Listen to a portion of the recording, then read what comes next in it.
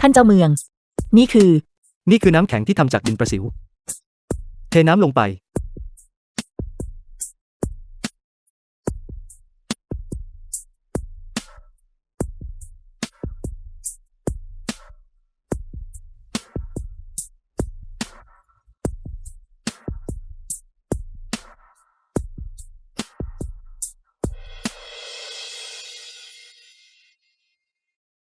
สำหรับหลักการทำน้ำแข็งจากดินประสิว เมื่อใส่ดินประสิวลงในน้ำมันจะดูดซับความร้อนจำนวนมหาศาล ตามทฤษฎีแล้ว มันสามารถลดอุณหภูมิน้ำให้ต่ำกว่า0องศา และทำให้น้ำกลายเป็นน้ำแข็ง ส่วนเหตุผลที่ต้องใช้ภาชนะเซรามิกใบใหญ่นี้และใบที่เล็กกว่า เราใช้อ่างใบใหญ่เพื่อหล่อเย็น น้ำในอ่างใบเล็ก เมื่อน้ำแข็งก่อตัวขึ้น อย่างที่พวกท่านทราบกันดี ดินประสิวนี้มีพิษ อย่างไรก็ตามนั่นไม่ใช่ปัญหา ผ้าขาวผืนนี้มีไว้เพื่อป้องกันความร้อนจากภายนอก สินค้าของเราคือน้ำแข็ง สวรรค์นี่คือน้ำแข็งจริงๆด้วย นี่คือน้ำแข็งจริงพวกท่านคิดเห็นอย่างไร ๆ น้ำแข็งนี่คือน้ำแข็งจริง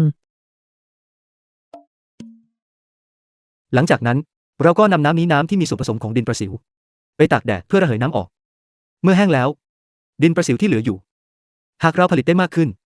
เราก็สามารถนำกลับมาใช้ใหม่ได้เรื่อยๆ ถ้าเช่นนั้น และหากเราทำเช่นนั้น เราก็จะมีน้ำแข็งใช้อย่างไม่สิ้นสุด ถูกต้องที่สุด ถูกต้องแล้ว โอกาสสร้างความมั่งคั่งของเรามาถึงแล้ว ไปกันเถอะ ออกไปดูข้างนอกกัน ท่านทั้งหลายโปรดดู นี่คือสิ่งที่ข้าเตรียมมาสาธิตให้พวกท่านได้เห็น นี่มันอะไรกัน มันคือสิ่งใดกัน ให้ข้าดูหน่อย น้ำแข็งนี่มันน้ำแข็ง เป็นน้ำแข็งจริงๆด้วย ในยามที่อากาศร้อนระอุเช่นนี้น้ำแข็งนี้มาจากที่ใดกันหรือใช่จริงๆท่านเจ้าเมืองนี่ไม่ใช่น้ำแข็งจากห้องเก็บน้ำแข็งหรอกหรือ มิได้เป็นเช่นนั้น นี่คือน้ำแข็งที่ข้าทำขึ้นด้วยตนเอง วิชาเปลี่ยนน้ำให้เป็นน้ำแข็ง หรือว่าท่านเจ้าเมืองจะสำเร็จวิชาอาคมศักดิ์สิทธิ์ นี่มันวิชาอาคมอันใดกัน เป็นเพียงวิชาสามัญทั่วไปเท่านั้น ข้าจะสอนให้พวกท่านทุกคน เพื่อให้พวกท่านนำไปใช้ได้ด้วยตนเอง ข้าเจ้าอันจากตระกูลเจ้าในเมืองจิวทงขอคารวะท่านเจ้าเมืองข้าขอความกรุณาท่านเจ้าเมืองโปรดชี้แนะเคล็ดวิชานี้แก่ข้าด้วยข้าลิวแห่งเมืองจิวทงข้าก็หวังจะได้รับคำชี้แนะจากท่านเจ้าเมืองเช่นกันท่านทั้งหลายอย่างที่ทราบกันดี เมื่อฤดูร้อนมาเยือนต้าฮั่นของเรา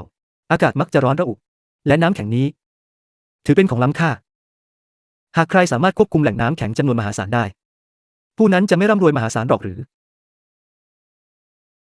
จริงแท้แน่นอน วันนี้ที่ข้าเรียกพวกท่านมา ก็เพื่อถ่ายทอดวิชานี้ให้แก่พวกท่าน อย่างไรก็ตามสำหรับตัวข้าเอง ข้าติดพันด้วยราชองค์การ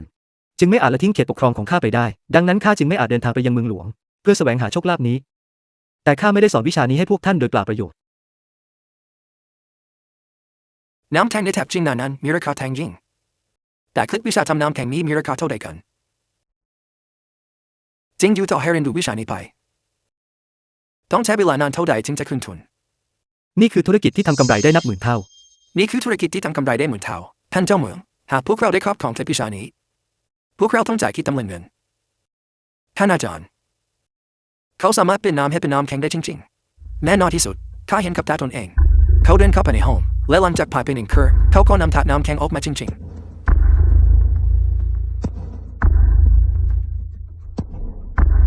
ไอ้กันเธอไปที่ชวนเจ้าเมืองกันตกลง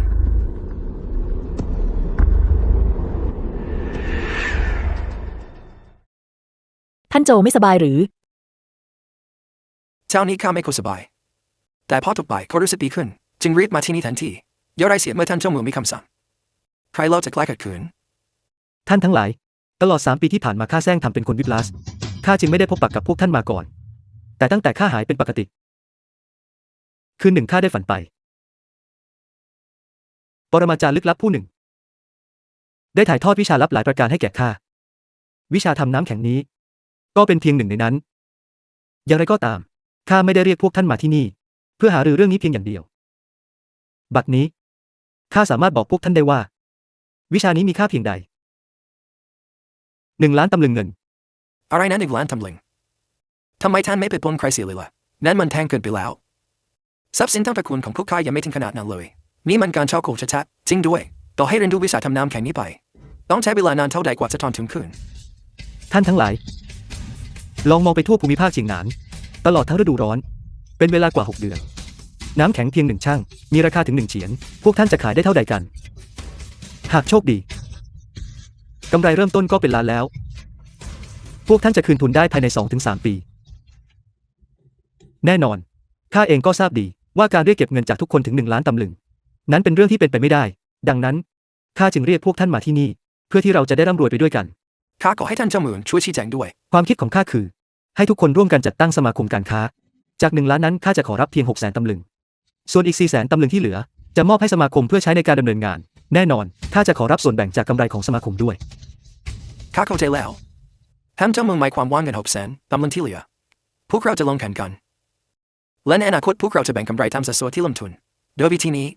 ความเสี่ยงที่แต่ละคนต้องแบกรับก็จะลดน้อยลง ถูกต้องที่สุด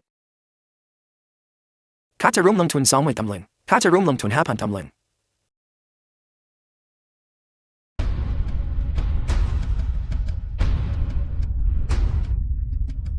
ถูกต้องแล้ว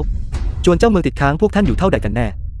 ค่าจ้างทหารคือ3ตำลึงต่อเดือนสำหรับทหาร100นายเป็นเวลา3เดือนคือ900ตำลึง ดีมากนี่คือ 1,000 ตำลึงเอาไปให้หมด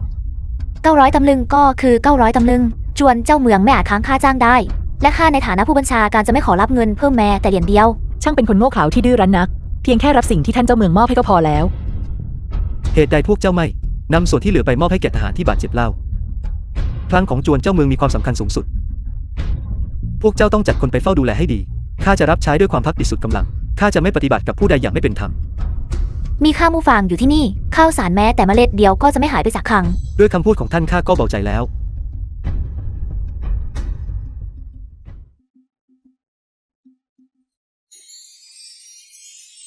ท่านเจ้าเมือง มีไส้ศึกอยู่ภายในจวนเจ้าเมืองของเรา ผู้น้อยเข้าใจเจตนาของท่านเจ้าเมือง เพียงแต่ว่าในจวนยังคงมีไส้ศึกที่พวกตระกูลมั่งคั่งส่งมา มิใช่หรือ หลังจากนี้ให้กับตัวบ่าวรับใช้และสาวใช้ทุกคนไว้ ไป บ่าวจะจัดการเรื่องนี้เดี๋ยวนี้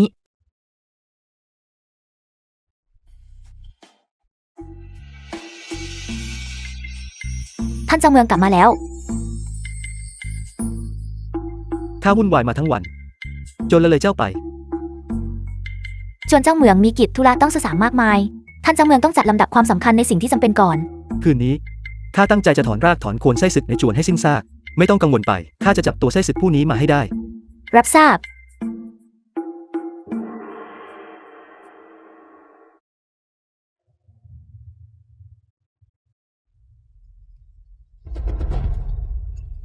จงพูดมา ในพวกเจ้าใครเป็นผู้รู้ไหลความลับออกไปข้าให้โอกาสเจ้าเพียงครั้งเดียวเท่านั้นหากข้าต้องสืบหาด้วยตนเองก็อย่าได้ร้องขอความช่วยเหลือจากสวรรค์เลย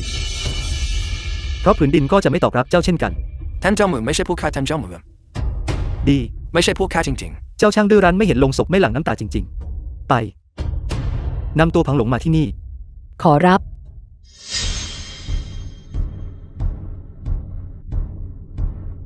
ท่านเจ้าเมืองพังหลงถูกนำตัวมาแล้ว ๆ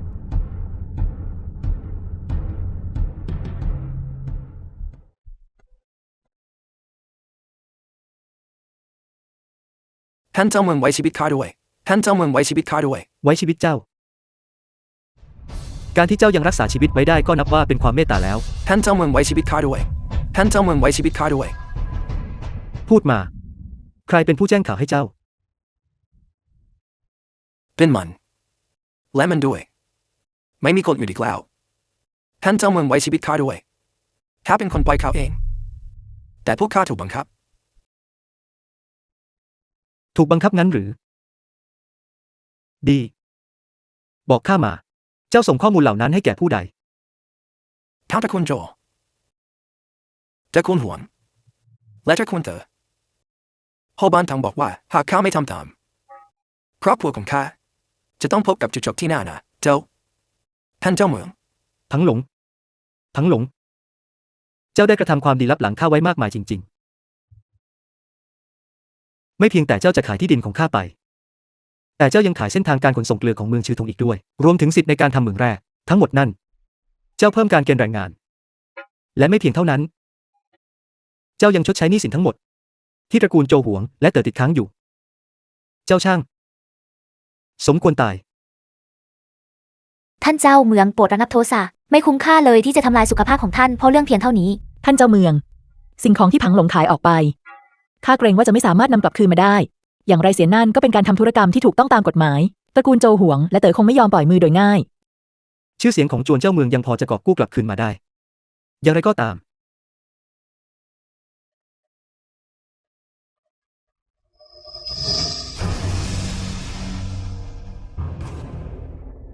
ลากตัวมันไป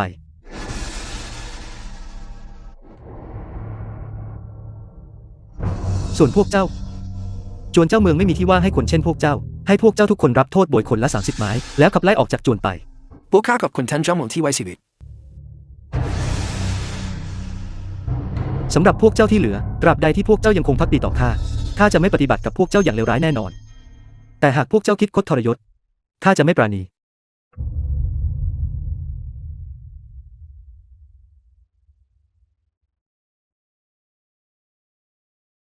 ท่านเจ้าเมืองตระกูลขุนนางต่างๆในเมืองชือถงได้ส่งเอกสารสมาคมการค้ามาให้แล้วนับจากนี้ไปจวนของเราจะขอส่วนแบ่ง 40% นอกจากนี้สำหรับตระกูลอื่นๆส่วนแบ่งของพวกเขาทั้งหมดถูกระบุไว้ที่นี่รายชื่อที่เหลือถูกระบุไว้ด้านบนแล้ววันนี้พวกเขากำลังมุ่งหน้าลงใต้ไปลั่วหยางจวนของเราควรทำอย่างไรดีส่งคนรับใช้3 คนไปคอยจับตาดูพวกมันขอรับบ่าวจะจัดการเรื่องนี้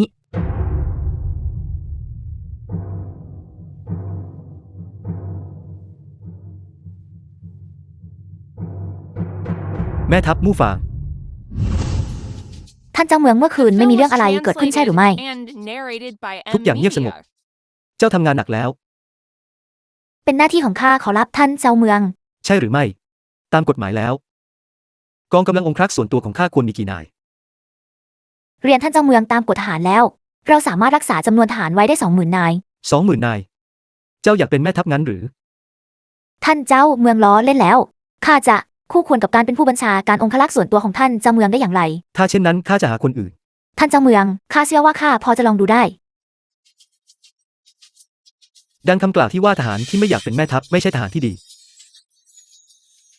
ขอบใจท่านเจ้าเมืองอย่างไรก็ตามในตอนนี้สิ่งสำคัญที่สุดคือการสร้างกองกำลังทหารอำนาจทางการเมืองย่อมมาจากปลายกระบอกปืนนั่นคือสัจธรรมนิรันดร์ท่านเจ้าเมืองปฏิบัติต่อข้าดั่งสมบัติของชาติและข้าจะตอบแทนความไว้วางใจนั้นด้วยชีวิตองครักษ์ส่วนตัวของท่านเจ้าเมืองสาบานว่าจะติดตามท่านเจ้าเมืองไปจนตายดีเป็นคำมั่นสัญญาที่น่ายกย่องเพื่อตอบแทนความไว้วางใจในยามนี้เมืองชือถงถูกครอบงำโดยตระกูลผู้มีอิทธิพลและเต็มไปด้วยการแย่งชิงของเหล่าขุนนางเพราะบางดั่งไข่ที่วางอยู่บนคุมดักข้าต้องการให้เจ้าเคียงข้างข้าและฟื้นฟูความสงบเรียบร้อยให้แก่เมืองชือถงรับทราบท่านเจ้าเมืองไม่มีเวลาให้เสียเปล่าแล้วส่วนเรื่องอื่นการรับสมัครองครักษ์ส่วนตัวข้าฝากไว้ในมือเจ้าผู้น้อยจะจัดการเดี๋ยวนี้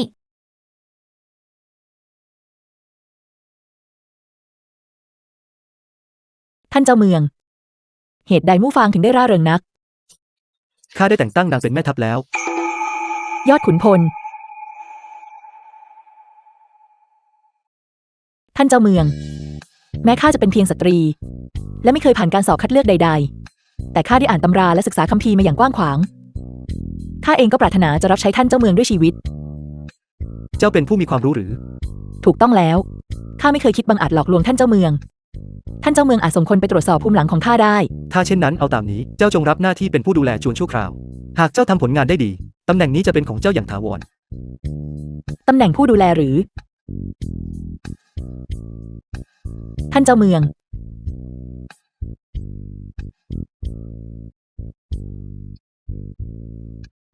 ท่านวางใจได้ท่านเจ้าเมือง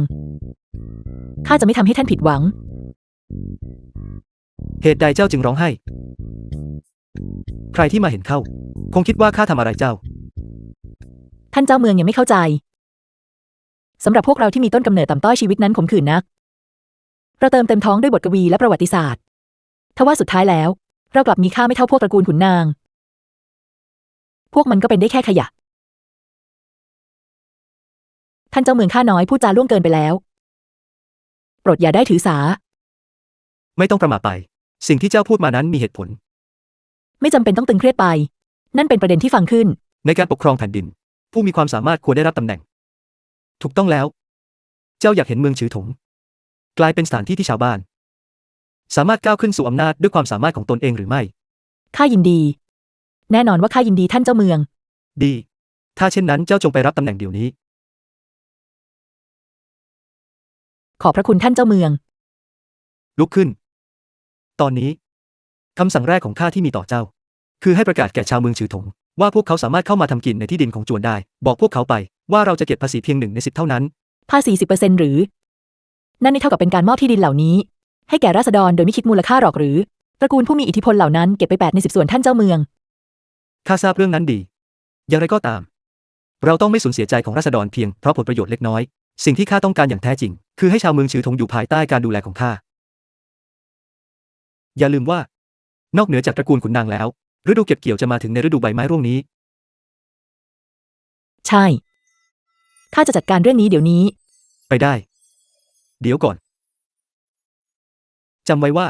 ชาติกำเนิดที่ต่ำต้อยไม่ใช่เครื่องหมายของความด้อยค่า โลกใบนี้ ถูกสร้างขึ้นจากเลือดและหยาดเหงื่อของสามัญชน นับจากนี้ไป เจ้าจงเรียกตนเองว่าขุนนางผู้นี้ ขุนนางผู้นี้ ขุนนางผู้นี้เข้าใจแล้ว ข้าเจ้าเมืองมาถึงเมืองฉือถง และด้วยพระเมตตาแห่งสวรรค์ อาการวิปลาสของข้าได้หายเป็นปกติแล้ว อย่างไรก็ตาม ทั้งหลงผู้ดูแลจวน ในระหว่างที่ข้าล้มป่วย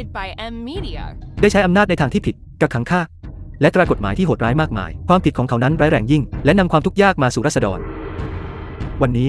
เขาจะต้องถูกประหารชีวิตที่ตลาดตะวันออก เพื่อกอบกู้เกียรติยศของจวนเจ้าเมืองกลับคืนมา ประหารมันเสีย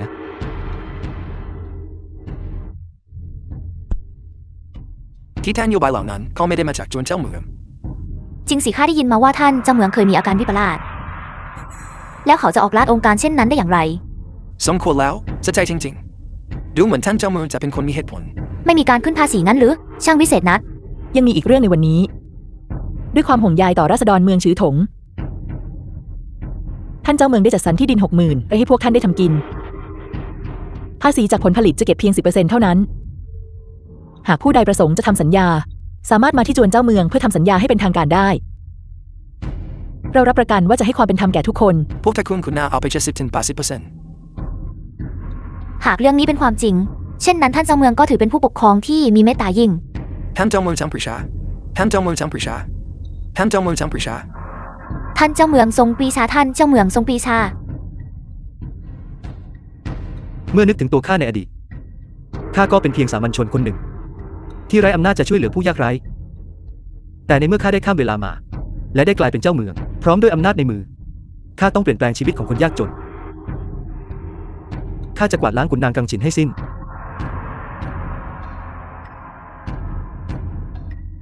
ท่านที่ท่านทราบหรือไม่ว่าท่านเจ้าเมืองได้ไปหาทางลงไปแล้วบัดนี้เขากำลังเกณฑ์ชายชะกันเข้ากองทัพเขามีเงินทองแล้วเขามีผู้คนแล้วและอีกไม่นานเขาก็จะมีกองทัพพวกเรากำลังตกอยู่ในอันตรายไม่เป็นไรข้ารู้อยู่แล้วเคล็ดลับการผลิตน้ำแข็งอยู่ในมือพวกเราแล้วไม่จำเป็นต้องสนใจจวนเจ้าเมืองอีกต่อไปในเมืองชิวถงการที่มันคิดว่าจะก้าวขึ้นสู่อำนาจได้นั้นเป็นได้แค่ฝันกลางวันเท่านั้นท่านพี่ท่านพบกลยุทธ์ที่เหมาะสมแล้วหรือยังปล่อยให้ท่านเจ้าเมืองดีใจไปอีกสัก2-3 วันเถอะข้าได้ติดต่อกับค่ายชินฟงไว้แล้วเมื่อคนของพวกเขามาถึงเมื่อพวกเขาเข้ามาในเมืองแล้วไม่ว่าจะเป็นท่านเจ้าเมืองคนที่พลาสหรือคนปกติสุดท้ายเขาก็ต้องกลายเป็นท่านเจ้าเมืองที่ตายไปแล้วค่ายชินฟงนั้นหรือยอดเยี่ยมหากท่านเจ้าเมืองถูกโจรบาสังหารภายในชวนของเขาเองแม้แต่ท่านอ๋องก็ทำได้เพียงมองดูด้วยความคับแค้นใจจากนั้นเราก็จะทุ่นกำลังเข้าไปปราบปรามและค่ายชินฟงก็จะได้รับความดีความชอบจากเรื่องนี้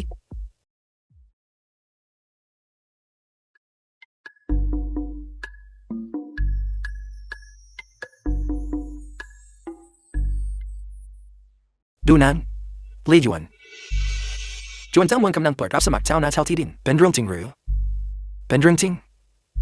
ข้าลงนามและประทับตราเรียบร้อยแล้วพรุ่งนี้ข้าจะไปรับที่ดินของข้าไม่มีผิดพลาดข้าให้บัณฑิต3 คนช่วยอ่านให้ฟังและพวกเขาทั้งหมดก็อ่านเน้นไทยตรงกัน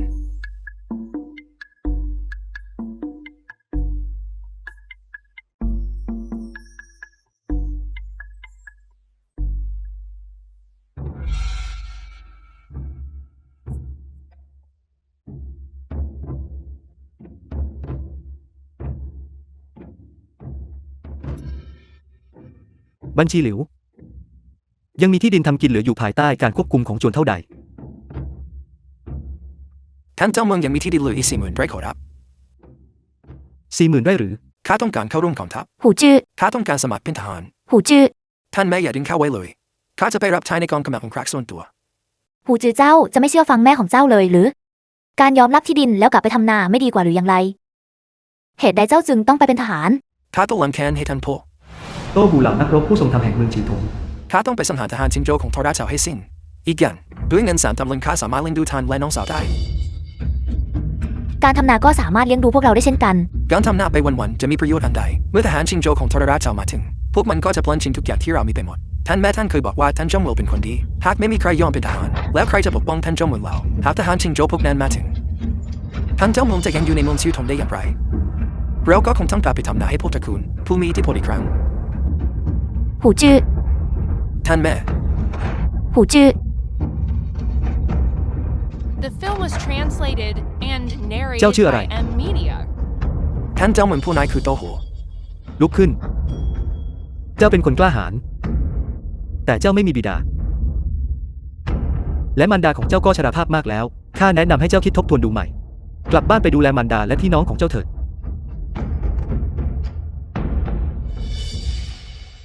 ข้าเพิ่งมาถึงเมืองชิวถงได้ไม่นาน และข้าเกรงว่าท่านจะไม่รู้ถึงความโหดเหี้ยมของทหารชิงโจวพวกนั้น พวกมันบุกปล้นเรามาปีกลาย และท่านพ่อกับพี่ชายของข้าก็ถูกพวกมันสังหาร พวกมันกลับมาอีกเมื่อปีที่แล้ว และน้องสาวของข้าก็ถูกคุกมันฉุดพร่าไปจนถึงทุกวันนี้ข้ายังไม่รู้เลยว่านางเป็นตายร้ายดีอย่างไร หากปีนี้พวกมันกลับมาอีก ท่านแม่และน้องสาวของข้าคงต้องตกอยู่ในชะตากรรมเดียวกัน ดังนั้นต่อให้ข้าจะดูเป็นลูกออกเป็นอยู่ข้าก็ต้องจับอาวุธขึ้นปกป้องพวกนั้น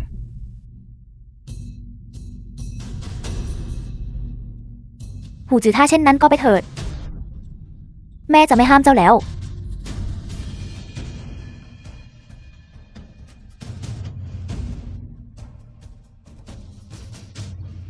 ท่านเจ้าเมือง โปรดอภัยให้หญิงผู้นี้ที่บังอาจ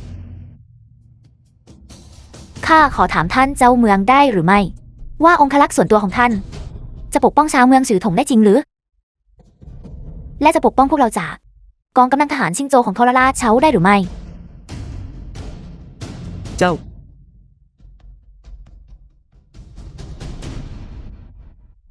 ทุกคน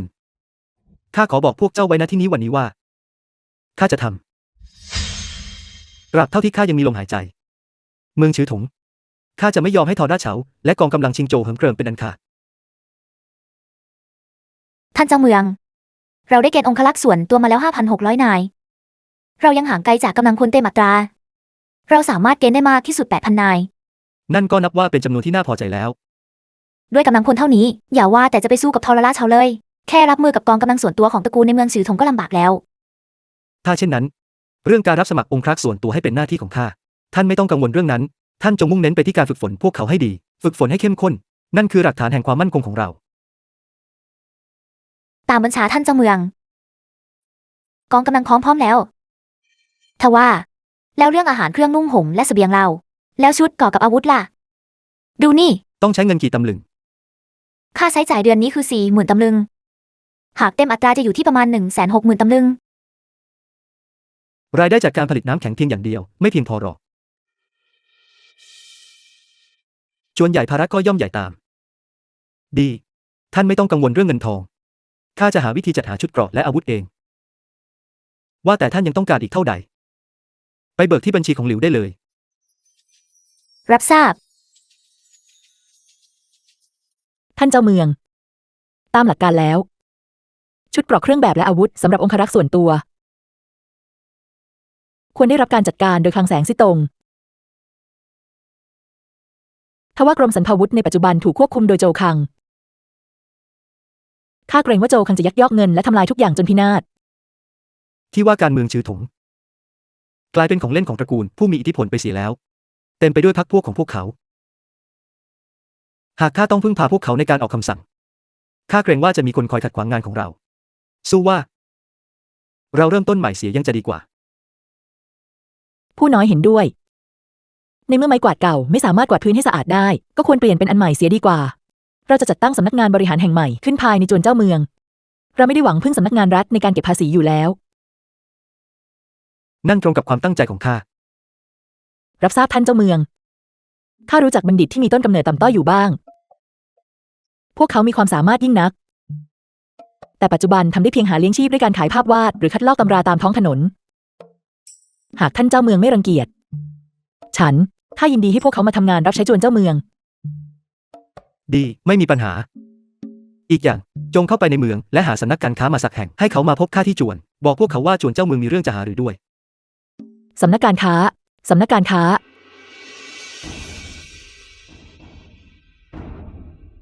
องเรือนนี้เป็นของใคร ท่านเจ้าเมืองลานเรือนหนึ่งเป็นของตระกูลโจลานเรือนหนึ่งเป็นของตระกูลหลีแต่เดิมลานเรือนทั้งสองแห่งนี้รวมไปถึงจวนเจ้าเมืองในปัจจุบันต่างเคยเป็นส่วนหนึ่งของจวนเจ้าเมืองที่แท้จริงทว่า แต่ว่าอะไร พวกมันถูกพ่อบ้าน The ผัง film ขาย was ให้กับตระกูลโจ translated และตระกูลหลีไป and narrated by M Media. ในเมื่อมันเป็นส่วนหนึ่งของจวนเจ้าเมือง ก็ต้องยึดคืนมา เรียกหัวหน้าตระกูลเจ้าและตระกูลหลีมาพบข้าบอกพวกเขาว่าข้าต้องการพบ รับทราบ ไปกันเถอะ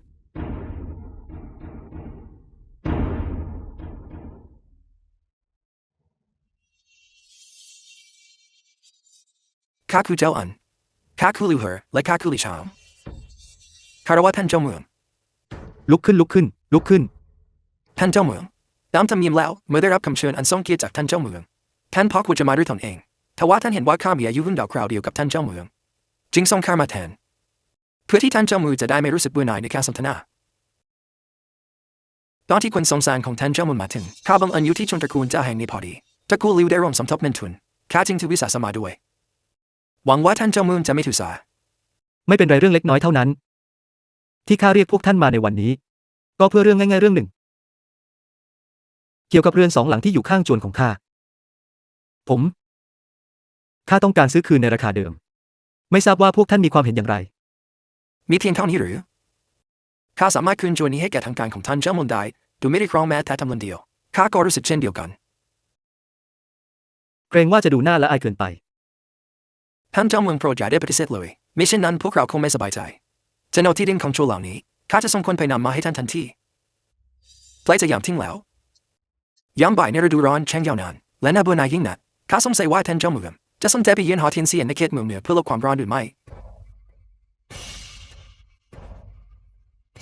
ดีข้าก็คิดเช่นนั้นเหมือนกัน ไปกันเถอะ เชิญ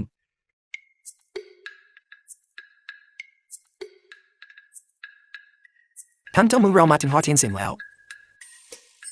ท่านเจ้าเมืองนี่คือหอเทียนเซียนที่มีชื่อเสียงที่สุดในเมืองชิวทง ผู้น้อยขอน้อมคารวะท่านเจ้าเมืองการมาเยือนของท่านในวันนี้ถือเป็นเกียรติอันยิ่งใหญ่แก่หอเทียนเซียง ปฏิบัติได้จริง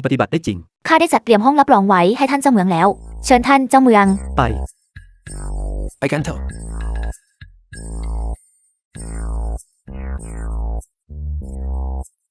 ท่านเจ้าเมืองท่านต้องการให้ยิงน้ำสัก2-3 นางมาปฏิบัติหรือไม่ ดี นานที่ปีหน้าที่ท่านเจ้าเมืองจะให้คิดมาเยือนน้ำยิงน้ำที่งดงามที่สุดของหอเทียนเซียนมาที่นี่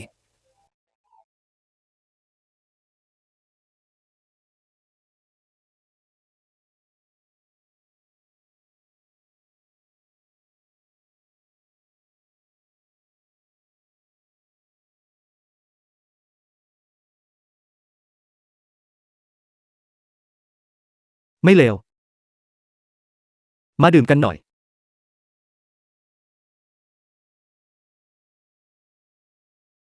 เจ้าคนฉันทำข้าจะทำให้เจ้าต้องวิ่งวุ่น ไว้ชีวิตข้าด้วย เจ้ากล้าซ่อนตัวหรือเจ้าคนฉันทำเจ้าคนฉันทำนั่นคือโจราเหตุใดมาถึงกลับมา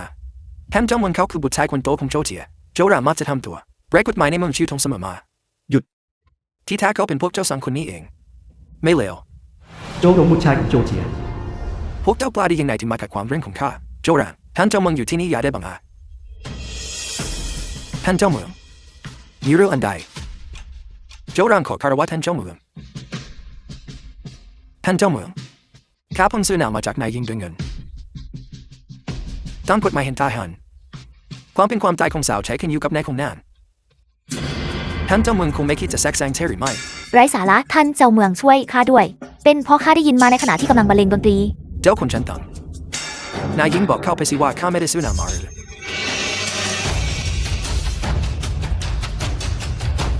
ในเมื่อเป็นเช่นนั้น เอาสัญญาขายตัวของนางมาให้ข้าดู เจ้า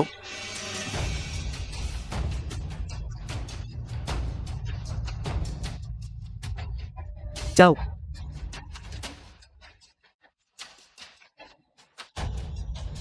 เจ้าคนอวดดี กล้าฆ่าคนกลางวันแสกๆ ทหาร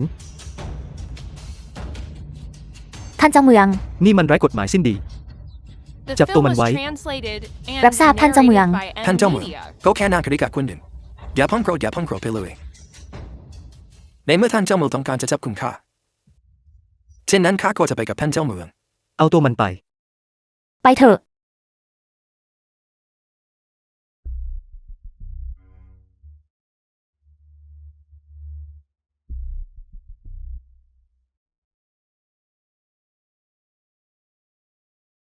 เมือง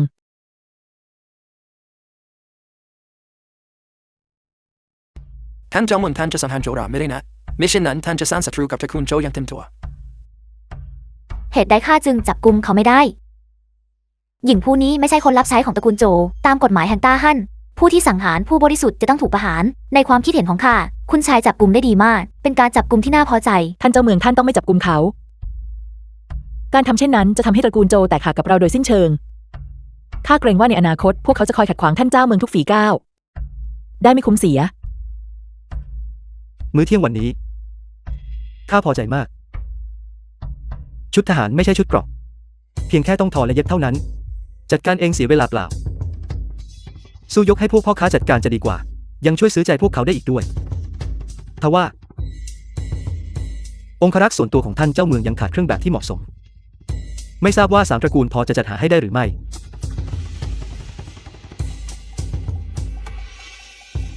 ไม่มีปัญหาเลย ดี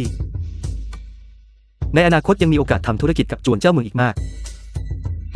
และยังมีช่องทางสำหรับความร่วมมืออีกมาก พวกเรากับคุณท่านเจ้าเมืองที่เมตตาตระกูลลิวของข้าจะปฏิบัติตามคำสั่งของท่านเจ้าเมืองอย่างเคร่งครัดในทุกเรื่องตระกูลลิของข้าก็เช่นกันตระกูลเจ้าของข้าก็ด้วย เชิญลุกขึ้น สำหรับเรื่องในวันนี้ พวกท่านวางใจได้ จวนเจ้าเมืองจะไม่เอาความพวกท่าน แต่เรื่องของจวนเจ้าเมือง และเรื่องของเรือนทั้งสองหลัง ห้ามแพร่งพรายออกไปในตอนนี้ ลาละ ลาแล้ว พวกเจ้ารู้จักค่ายชิงเฟิงหรือไม่ เกี่ยวกับค่ายชิงเฟิงข้าได้ยินมาจากชาวเมืองฉือถง ว่าที่นั่นเป็นกลุ่มคนลึกลับอย่างแท้จริง ว่ากันว่าพ่อการลุกลานประจำปีของทรราชเฉาพวกมันจึงรวบรวมเหล่าคนเถื่อนที่สิ้นหวังนับพันไว้ใต้ธงของพวกมัน ดูนี่ ท่านเจ้าเมืองจดหมายฉบับนี้หมายความว่าอย่างไร ที่หอเทียนเสียง นางรำคนหนึ่งแอบยัดมันใส่เอวข้ามา ช่างน่าประหลาดใจนัก เริ่มจากโจหรางสังหารนางรำ จากนั้นนางรำอีกคนก็นำจดหมายนี้มาส่งให้ท่าน ค่ายชิงเฟิงแห่งนี้ช่างเป็นวัดเล็กที่มีลมแรงเสียจริง เชื่อว่ามีอยู่จริงยังดีกว่าเชื่อว่าไม่มี เป็นกลอุบายยืมดาบฆ่าคน ฉวยโอกาสตอนที่องครักษ์ของคุณชาย ยังไม่พร้อมรบเต็มอัตรา หากไม่ใช่พอมีคนช่วย ข้าเกรงว่า ท่านเจ้าเมืองเราต้องรีบไปเดี๋ยวนี้ เราต้องออกจากจวนเจ้าเมืองแห่งนี้โดยเร็ว การเอาชีวิตรอดคือสิ่งที่สำคัญที่สุด ท่านเจ้าเมืองเราไม่อาจอยู่ในเมืองนี้ได้อีกต่อไป แต่เราจะไปที่ใดได้ เมืองฉือถงนี้เต็มไปด้วยหูตาของตระกูลโจ อีกอย่างหากไม่มีราชองค์การเราก็ไม่อาจทิ้งเขตปกครองของเราได้ มิเช่นนั้นจะถือเป็นการกบฏ นั่นเป็นข้อห้ามร้ายแรง ตระกูลโจต้อนเราจนมุมแล้ว ถ้าเช่นนั้นเราก็ใช้กลยุทธ์ของพวกเขาจัดการพวกเขาเอง ใช้กลยุทธ์ของพวกมันจัดการพวกมันเองหรือ ใช้กลยุทธ์ของพวกเขาจัดการพวกเขาเองหรือ มู่ฟางไปหาชายชะกัน500 คนมาขนเสบียง ส่วนที่เหลือ ผู้น้อยจะจัดการเรื่องนี้เดี๋ยวนี้ ท่านเจ้าเมืองช่างปริชญาณยิ่งนัก คืนนี้ตระกูลโจ อาจพบว่าตนเองกำลังพยายามจับไก่แต่กลับต้องเสียข้าวที่ใช้ล่อไปเปล่า ตระกูลโจช่างอำมหิตนัก หากไม่กำจัด พวกมันจะกลายเป็นหนามยอกออกค่า ๆจวนเจ้าเมืองอยู่ในที่แจ้ง ในขณะที่ตระกูลโจอยู่ในที่มืด พวกเขาพยายามลอบสังหารครั้งหนึ่งแล้ว พวกเขาคงจะพยายามอีกครั้งเป็นแน่ จริงอยู่แต่เราต้องไม่ผลีผลาม เกรงว่าสุนัขจนตรอกจะกระโดดข้ามกำแพง องครักษ์ของท่านเจ้าเมืองเพิ่งก่อตั้ง และคงยากจะต้านทาน ท่านเจ้าเมืองเพิ่งจะหายจากอาการวิปลาสได้เพียงไม่กี่วันและแม้ท่านจะได้รับความนิยมจากประชาชนบ้างแล้วแต่มันก็เป็นเพียงกลุ่มเล็กๆในเมืองที่ว่างเปล่าทหารนับพันล้วนเป็นทหารใหม่ทั้งสิ้นขวัญกำลังใจและระเบียบวินัยของพวกเขายังเชื่อถือไม่ได้อีกอย่างข้าได้ยินมาว่า3 ตระกูล The นั้น film was translated and narrated by M Media. มีทหารส่วนตัวถึง 20,000 นาย ขอรับข้าเข้าใจเรื่องนี้ดีด้วยกำลังของเราในตอนนี้การจะโค่นตระกูลขุนนางอันดับ1ของเมืองคงเป็นเรื่องยากยิ่งไปกว่านั้นเรายังไม่รู้ด้วยซ้ำว่าจวนป้อมปราการของตระกูลโจวตระกูลหวงและตระกูลเต๋อตั้งอยู่ที่ใดเรามืด8 ด้านโดยสิ้นเชิงเราไม่รู้ว่าพวกเขามีทหารราบหรือทหารม้าเท่าใดและไม่รู้ถึงขีดความสามารถในการรบของพวกเขาด้วยเราจะทำลาย3 ตระกูลนี้ได้อย่างไรแม้เราจะยังจัดการ3 ตระกูลนี้ไม่ได้ในตอนนี้แต่เราก็ไม่จำเป็นต้องเกรงกลัวพวกมันตระกูลโจมีแผนการที่ทำให้ข้ารู้สึกไม่สบายใจนักพรุ่งนี้ข้าจะทำให้พวกมันรู้สึกไม่สบายใจยิ่งกว่าเดิมเป็นเช่นนั้นจริงหรือถ้าเช่นนั้นข้าขอให้ท่านเจ้าเมืองประสบความสำเร็จในคืนนี้ท่านลองพูดดูสิข้าราชการผู้น้อยและท่านอยู่กับท่านเจ้าเมืองมาเพียงไม่กี่วันแต่ข้าเชื่อว่าท่านเจ้าเมืองคือผู้ปกครองที่ยิ่งใหญ่ที่สุดเท่าที่ข้าเคยพบมาหากวันหนึ่งท่านเจ้าเมืองต้องไปปอโลกข้าจะติดตามท่านเจ้าเมืองไปอย่างแน่นอนและไปพร้อมกันข้าดูเหมือนคนที่จะพินาศง่ายๆเช่นนั้นหรือพินาศหรือเจ้าหมายความว่าอย่างไรที่ว่าพินาศออกไปให้โจเจียขอคารวะท่านเจ้าเมืองโจคำพูดน้อยขอคารวะท่านเจ้าเมืองเรื่องอันใดที่ทำให้พวกท่านทั้งสองมาที่นี่ผู้น้อยเพิ่งกลับจากฟันยามเมื่อวันนี้ตั้งใจจะมาเยี่ยมท่านเจ้าเมืองในวันนั้นเลยแต่ติดภารกิจทางการข้าได้ยินมาว่ามีมือสังหารบุกจวนเจ้าเมืองเมื่อคืนนี้จึงรีบมาพร้อมกับพี่ชายเพื่อสอบถามอาการท่านเจ้าเมืองในเมื่อท่านเจ้าเมืองปลอดภัยดีพี่ชายและข้าก็เบาใจแล้ว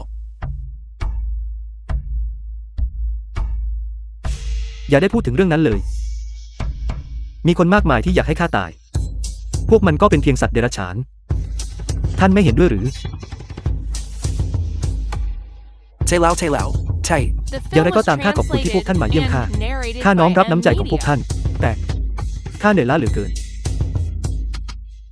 และไม่สามารถต้อนรับพวกท่านได้จริงๆท่านเจ้าเมืองหวาดกลัวนะ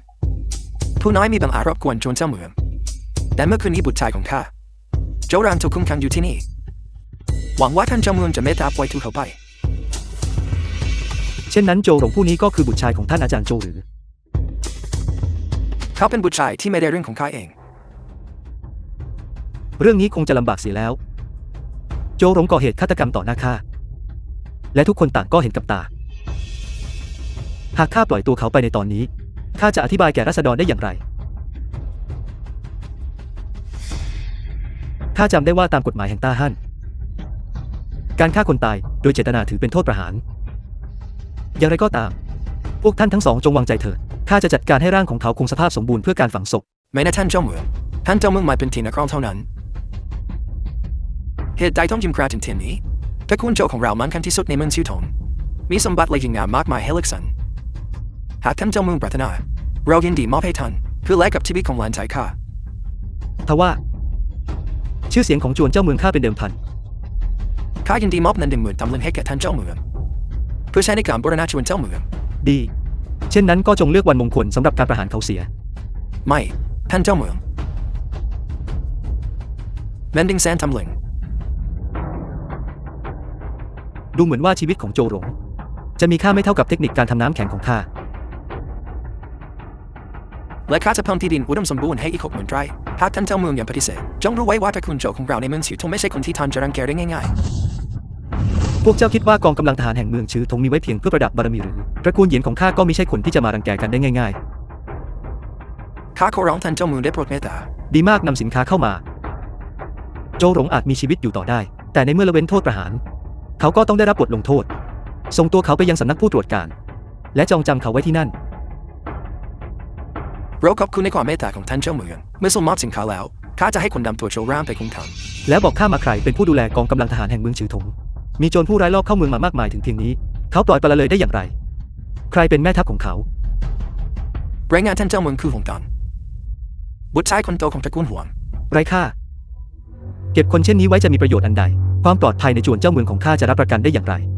ปลดเขาออกจากตำแหน่งเสียส่งมู่ฟางแม่ทัพของข้าไปรับหน้าที่แทน เรื่องนี้ มีปัญหาอันใดหรือคำพูดของข้าไม่มีอำนาจในเมืองชือถงอีกต่อไปแล้วหรือจงจำไว้ที่นี่คือเขตปกครองของข้าราชองค์การย่อมเด็ดขาด รับทราบท่านเจ้าเมืองตระกูลโจของเราไม่เคยถูกย้ำเขตเส้นนี้มาก่อนแมนดิงแซนทำเลินของตระกูลโจที่ดิน60,000 ไร่และการสูญเสียตำแหน่งสำคัญของแม่ทัพรักษาเมืองชือถงล้วนเป็นความสูญเสียครั้งใหญ่ในเมื่อที่ดินของตระกูลขุนนางอยู่นอกเมืองจวนป้อมปราการของเราจึงสร้างไว้นอกเมืองเช่นกันและได้รับการคุ้มกันโดยกองทหารรักษาเมืองบัดนี้องครักษ์ส่วนตัวของท่านเจ้าเมืองและกองทหารรักษาเมืองชื่อทุ่งทานอยู่ภายในกำแพงเมืองอิทธิพลของเราจึงถูกจวนเจ้าเมืองบดบังจนหมดสิ้น3 เดือนให้เวลาข้าอีก3 เดือนแล้วข้าจะเผาจวนเจ้าเมืองให้หมดไม่เป็นเท่าทานเราต้องเริ่มวางแผนการนี้อย่าลับๆตั้งแต่นี้ไปเพื่อให้แน่ใจว่าจะไม่มีสิ่งใดผิดพลาดข้าจะไม่ให้โอกาสจวนเจ้าเมืองเป็นครั้งที่2อีกอย่างไปที่ลู่อย่างเดี๋ยวนี้แล้วสืบดูว่าใครเป็นคนปล่อยข่าวเรื่องการลอบสังหารเมื่อพบตัวมาแล้วจอมสังหารทิ้งโดยไม่ต้องปราณีวางใจเถิดทันทีผู้ใดที่กล้าต่อต้านตระกูลโจของเราจะต้องพบกับจุดจบที่ไร้ร่องรอย ท่านเจ้าเมืองช่างน่าเกรงขามยิ่งนักการสังหารโจหรางทำให้ชีวิตสุนัขของมันไร้ค่าทว่ามันกลับแลกมาด้วยเงินและที่ดินมากมายในเวลาไม่นานจวนเจ้าเมืองของเราจะรุ่งเรืองและเมื่อเราทำลายตระกูลโจได้ในที่สุดโจหรางก็ยังคงต้องตายอยู่ดีเงินจำนวนนี้มีค่าเท่าใดการรักษาความมั่นคงของกองทหารเมืองชื้อถงต่างหากที่เป็นเรื่องสำคัญที่สุดนับแต่วันนี้เป็นต้นไปกองกำลังรักษาเมืองจะอยู่ภายใต้การควบคุมของจวนเจ้าเมืองอย่างเบ็ดเสร็จความเสี่ยงไม่ใช่เรื่องเลวร้ายเสมอไปเจ้าเห็นไหมทุกวิกฤตย่อมนำมาซึ่งโอกาสทางธุรกิจลองคิดดูให้ดีอำนาจที่ยิ่งใหญ่ที่สุดของตระกูลขุนนางคือในชนบทล้อมรอบเมืองพวกเขารวมถึงยุคเกษตรกรรมนี้ลองคิดดูเถอะทุกคนผู้คนส่วนใหญ่ยังคงอาศัยอยู่ในชนบทที่ดินของตระกูลขุนนางอยู่นอกเมืองและชาวบ้านที่พึ่งพาพวกเขาก็อยู่ที่นั่นเช่นกันด้วยโจรที่ป้องปราการแน่นหนาเช่นนั้นมันดูราวกับโลกที่ถูกตัดขาดสำหรับพวกเขาเมืองนี้เป็นเพียงศูนย์กลางการค้าศูนย์กลางทางทหารนำโฉนดที่ดิน 60,000 ไร่เหล่านี้ไปและดำเนินการรับสมัครผู้คนต่อไปพาพวกเขามาทำงานที่นี่จำไว้อย่าจำกัดอยู่แค่ในมณฑลชื้อหรือมณฑลเหยียนจงรวมถึงทั่วทั้งต้าฮั่นมองให้ไกลและกว้างเข้าไว้ใครก็ตามที่เต็มใจมาข้าจะเลี้ยงดูพวกเขาเองขอรับข้าเข้าใจแล้วท่านเจ้าเมืองหากโฉนดที่ดินเหล่านี้ถูกแจกจ่ายออกไปครัวเรือนกว่า 60,000 ครัวเรือนจะสามารถพึ่งพาจวนเจ้าเมืองได้รับทราบแล้วเหล่าบัณฑิตจากตระกูลต่ำต้อยที่ข้าให้เจ้าไปตามหาเล่าพวกเขาถูกพบตัวแล้วเหล่าผู้มีใจธรรมะจากตระกูลต่ำต้อยเหล่านี้เมื่อได้ยินว่าจะได้รับใช้จวนเจ้าเมืองต่างก็แย่งกันเข้ามาสมัครพวกเขาล้วนต้องการทำงานให้จวนเจ้าเมืองดีเมื่อจัดตั้งสำนักเสร็จสิ้นเราจะเปลี่ยนชื่อเป็นสำนักบริหารจัดการมันจะมีหน้าที่รับผิดชอบทุกเรื่องที่เกี่ยวกับ20 ครัวเรือนเหล่านั้นถือเสียว่าเป็นการฝึกฝนพวกเขา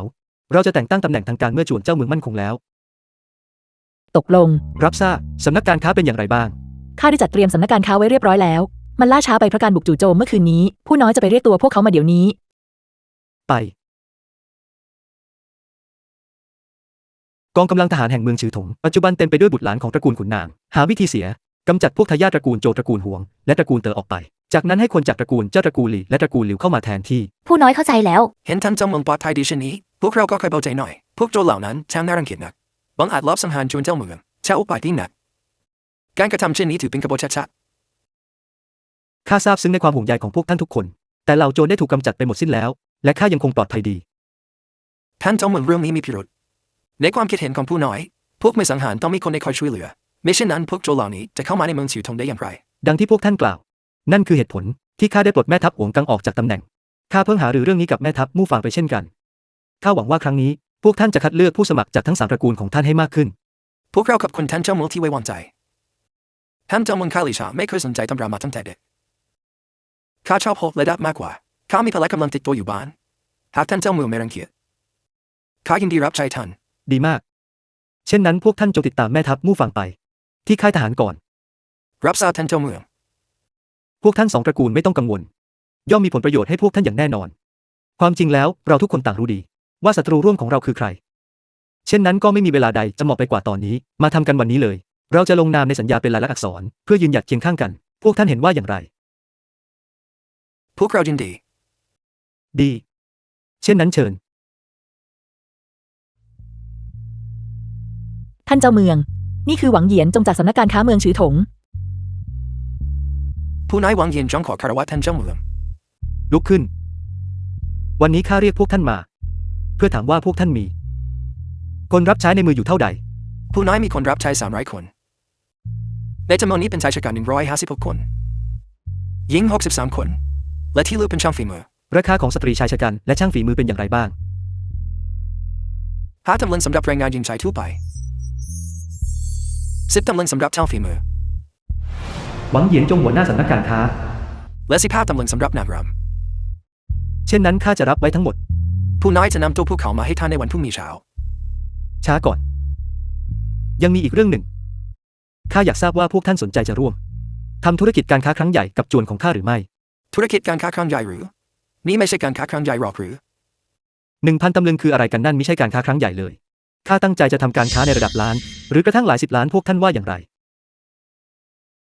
เดี๋ยวพวกท่านจะมุ่งชี้แนะด้วย ข้าต้องการซื้อสำนักการค้าของพวกท่าน จากนั้นพวกท่านจะต้องทำงานให้จวนเจ้าเมือง ออกสำรวจทั้งแผ่นดินและท้องทะเลให้ข้า แม้กระทั่งไปให้ไกลกว่านั้น ข้าจะรับคนให้มากที่สุดเท่าที่พวกท่านจะหามาได้ หากพวกท่านไม่เต็มใจ ก็ตามใจ ความเมตตาของท่านคือเกียรติของผู้นายท่านเจ้าเมือง ผู้นายจะกล้าปฏิเสธได้อย่างไร ผู้นาย The ขอรับ film was คำชี้แนะจากท่านต่อไป translated and narrated by M Media. โต้หู เจ้าและหวังเหยียนจงรับผิดชอบกิจการสำนักการค้าร่วมกัน รับทราบท่านเจ้าเมือง พี่โตหู นับจากวันนี้เป็นต้นไปเราทั้งคู่ต่างก็รับใช้จวนเจ้าเมือง หากข้าเคยล่วงเกินท่านประการใดโปรดอภัยให้ข้าด้วยหวังใจเถิดแค่ทำหน้าที่ของเจ้าให้ดีที่สุดเพื่อท่านเจ้าเมืองก็พอ เริ่มตั้งแต่วันพรุ่งนี้ พวกเจ้าทั้งสองจงไปซื้อตัวคนรับใช้ และช่างฝีมือจากทุกคนทุกแห่ง หากเงินทุนไม่เพียงพอ ให้มาเบิกที่จวนได้ตลอดเวลา เทแล้วท่านเจ้าเมืองท่านเจ้าเมือง ท่านเจ้าเมือง การรวบรวมประชากรนี้มีค่าใช้จ่ายสูงยิ่งนัก หากเรายังทำเช่นนี้ต่อไป จวนเจ้าเมืองคงไม่อาจรักษาคลังสมบัติไว้ได้นาน ไม่ต้องกังวล ข้ามีวิธีสร้างความมั่งคั่งที่ทำกำไรได้มหาศาล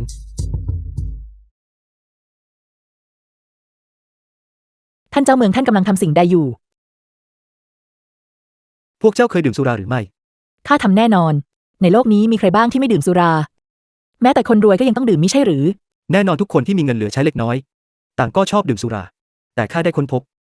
หลังจากไปเยือนศาลาเทียนเสียงเมื่อวานนี้ และเข้าร่วมงานเลี้ยงในวันนี้ว่าข้าดื่มสุราไปมากกว่า1 จินทว่าข้ากลับไม่รู้สึกอะไรเลย สิ่งนี้พิสูจน์ว่าอย่างไร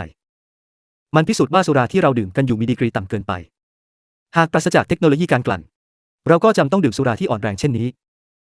ลองคิดถึงอุตสาหกรรมที่ทำกำไรได้มากขนาดนี้ดูสิข้าจะปล่อยให้มันผ่านไปได้อย่างไร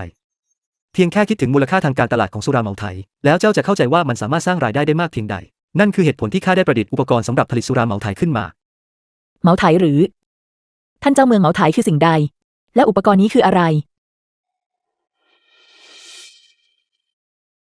พวกเจ้าจะได้เห็นในอีกครู่เดียว มาเถิดเทมันลงไป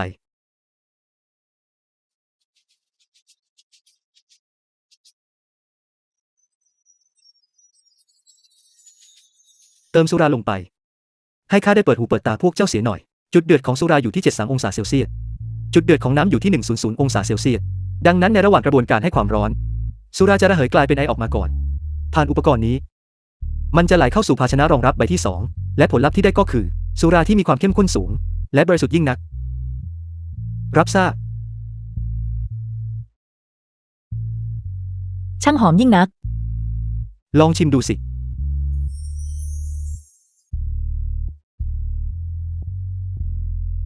สุรานี้ช่างแรงนัก เมื่อเทียบกับสิ่งนี้ สิ่งที่ข้าเคยลิ้มลองมาก่อน ก็เป็นเพียงน้ำเปล่าเท่านั้น ยอดเยี่ยม พอเถิดพวกเจ้าทั้งสองไม่ต้องเกรงใจ ลองชิมด้วยตัวเองดูเถิด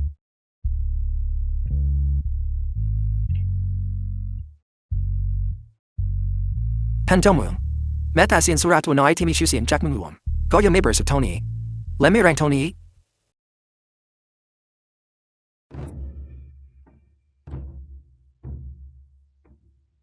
นี่คือสุราอะไรกันกลิ่นหอมรุนแรงนักบอกตามตรงให้ใบนี้คือสุราสูตรลับของท่านเจ้าเมืองผมจะมักซิดและพวกเราได้รับคำสั่งให้นำมาที่ตลาดตะวันออกเพื่อให้ทุกคนได้ดื่มฟรีอะไรนะดื่มฟรีหรือ แจกฟรีมาดูกันเร็ว ถูกต้องแล้วหากพวกท่านชอบสุรานี้และถูกใจมัน ก็แค่ช่วยพูดคำดีๆให้ท่านเจ้าเมืองของเราสักหน่อย ส่งมาให้ข้าข้าต้องการบ้าง ขอทางนี้หน่อย แบ่งให้ข้าด้วยขอบใจเร็วเข้า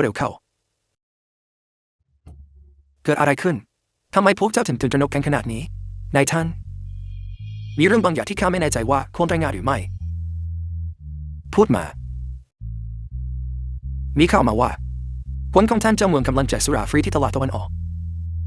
พวกมันอ้างว่าเป็นสุราสูตรลับของท่านเจ้าเมือง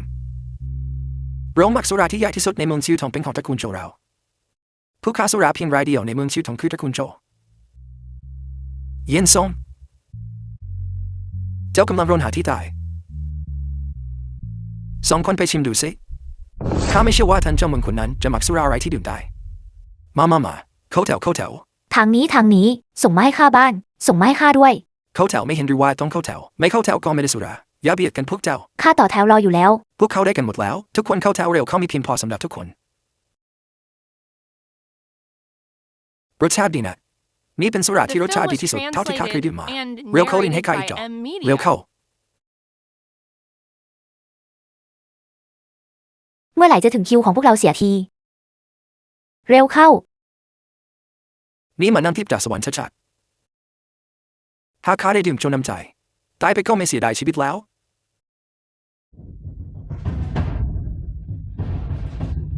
อย่าแย่งกันหยุดแย่งกันเดี๋ยวนี้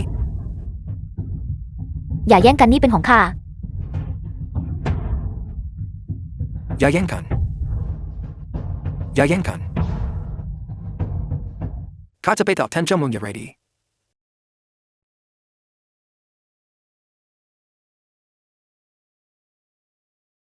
นี่คือสุราลักใหม่ของวันนี้พวกเจ้าลองชิมดูได้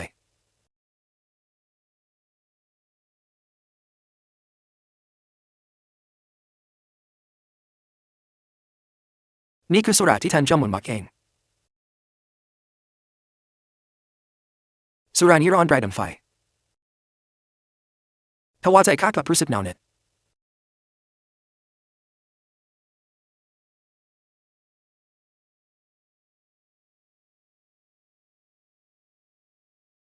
ท่านเจ้าเมืองสุราที่ท่านเจ้าเมืองหมักนั้นหอมหวานยิ่งนักจริงแท้ข้าสงสัยนักว่าสุรานี้จะมีมูลค่าเท่าใดท่านเจ้าเมืองเหล่าตระกูลขุนนางมากมายมารออยู่ด้านนอกแล้วขอรับพวกเขาขยันขยอจะขอเข้าพบท่านเจ้าเมืองให้ได้เช่นนั้นหรือ ถ้าเช่นนั้นก็ให้พวกเขาเข้ามาเดี๋ยวนี้ ใช่ดูเจ้าสิท่านเจ้าเมืองอภัยให้พวกเราด้วยที่ไม่ได้ต้อนรับท่านให้ดีกว่านี้ ท่านเจ้าเมืองท่านพ่อจะชิมชอบเคล็ดลับการทำน้ำแข็งบ้างหรือไม่ท่านจะถ่ายทอดเคล็ดลับการหมักสุรานี้ให้พวกเราได้หรือไม่พวกเรายินดีจ่ายในราคาสูงพวกเราก็จะจ่ายในราคาสูงเช่นกันข้าเห็นด้วย พวกท่านนี่ข่าวไว้กันเสียจริงข้าเพิ่งจะสลายฝูงชนไปได้ไม่นานพวกท่านก็ล่วงรู้เสียแล้วสุราที่ท่านเจ้าเมืองหมักหอมฟุ้งไปไกลหลายลี้พวกเราได้กินแม้กระทั่งจากที่บ้านทว่าข้าเกรงว่าครั้งนี้พวกท่านคงต้องผิดหวังข้าไม่ได้ขายเทคนิคการทำสุราข้าขายเพียงตัวสุราเท่านั้นว่ากันว่าเศษสุราตัวน้อยจากเมืองหลวงขายกันอยู่ที่12 ตำลึงเงินข้าสงสัยนักว่าท่านเจ้าเมืองตั้งใจจะขายในราคาเท่าใดหากพวกท่านต้องการรับไปจากสำนักของข้าราคาอยู่ที่15 ตำลึงต่อไหส่วนพวกท่านจะนำไปขายต่ออย่างไรนั้นข้าไม่ขอเกี่ยวข้อง15 ตำลึงถือว่าไม่มากเลยสุรานี้รสชาติดีกว่าเศษสุราตัวน้อยหลายเท่านักจริงแท้หากนำไปขายในเมืองหลวงคงขายได้ไม่ต่ำกว่า20 ตำลึงแล้วคุณน้าในเมืองหลวงนั้นยอมจ่ายเงินหลายพันตำลึงในงานเลี้ยงเพียงมื้อเดียวพวกเขาไม่สนใจเงินจำนวนเล็กน้อยเช่นนี้หรอกนั่นคือสิ่งที่เจ้าเข้าใจผิดคนพวกนั้นไม่ได้สนใจที่ราคาแต่พวกเขาให้ความสำคัญกับหน้าตาและกิตติยศจริงแท้ตระกูลโจของข้าจะขอซื้อ500 ไหข้าจะเอา800 ไหพวกเราต้องการ 1,000 ไหข้าต้องการ 1,000 ไหดีมากงานชิมสุราในครั้งนี้ถือว่าประสบความสำเร็จอย่างงดงามข้าเข้าใจในความกระตือรือร้นของทุกคนทว่าเราเพิ่งจะเริ่มกระบวนการผลิตสุราเราจึงยังไม่สามารถส่งมอบสินค้าให้ได้ในทันทีแต่กระบวนการผลิตนี้แท้จริงแล้วรวดเร็วนักใช้เวลาไม่นานเราก็จะสามารถจัดหาสินค้าให้พวกท่านได้อย่างไรก็ตามเราจำเป็นต้องขอให้พวกท่านวางเงินมัดจำไว้ส่วนหนึ่งเงินมัดจำถูกต้องแล้วผู้ใดวางเงินมัดจำก่อน ผู้นั้นย่อมได้รับสินค้าก่อน ตระกูลโจจะเป็นผู้จ่ายเงินมัดจำก่อน พวกเราขอให้ท่านเจ้าเมืองส่งสุราให้พวกเราก่อน อย่ารีบร้อนมาหาข้าก่อน พวกเราต้องรีบกลับไปเตรียมเงินมัดจำข้าด้วย ข้าจะรีบกลับมาเดี๋ยวนี้ ค่อยๆเป็นค่อยๆไป ข้าจะไปเอาเงินมาเดี๋ยวนี้ ค่อยๆเป็นค่อยๆไป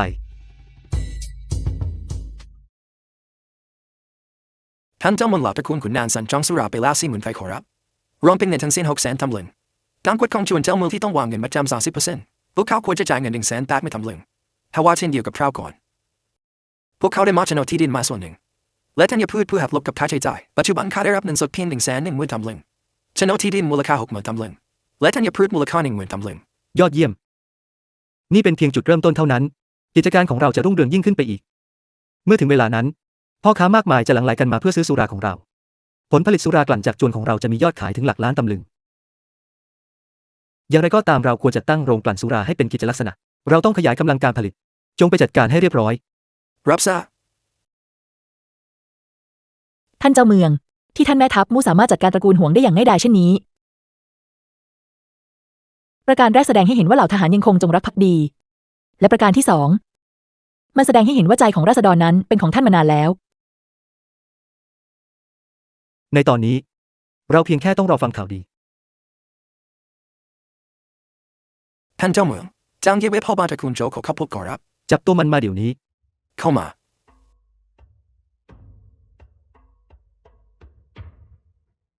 ผู้น้อยขอคารวะท่านเจ้าเมืองท่านเจ้าเมืองเติมมินคิดการใหญ่จะเข้าขบวนขอรับ อะไรนะเจ้าได้ยินเรื่องนี้มาจากผู้ใด เมื่อครู่นี้เองเติมมิงมาที่ชนตระกูลโจของเรา และได้พบกับนายแทนของเรา หวังจะรวมกำลังเพื่อไปช่วยตระกูลหวมนายแทนของเราจงรักภักดีต่อท่านเจ้าเมืองยิ่งนัก เขาจะกระทำการอุกอาจเช่นนั้นได้อย่างไร ดังนั้นเขาจึงแสดงตกลงตามคำขอของเติมมิงที่จะระดมพลโดยตั้งใจจะซุ่มโจมตีตระกูลเตอแทน ถึงเวลานั้น เขาจะนำศีรษะของเติมมิงมามอบให้ท่านเจ้าเมืองอย่างแน่นอน ถ้าเช่นนั้น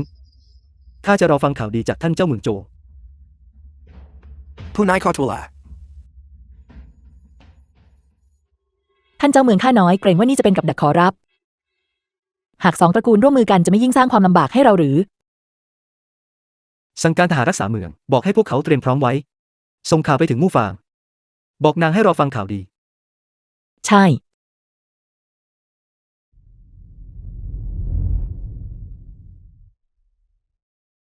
ท่านเจ้าเมือง มีข่าวแจ้งเข้ามา ในระหว่างที่เต๋อหมิงกำลังรวบรวมทหารส่วนตัวเพื่อมุ่งหน้าไปยังค่ายตระกูลหวง เขาก็ถูกโจวคังสังหาร บัดนี้โจวคังกำลังเดินทางกลับมาพร้อมกับศพของเต๋อหมิง ดูเหมือนว่าความจงรักภักดีของท่านเจ้าเมืองโจจะไม่มีที่ติจริง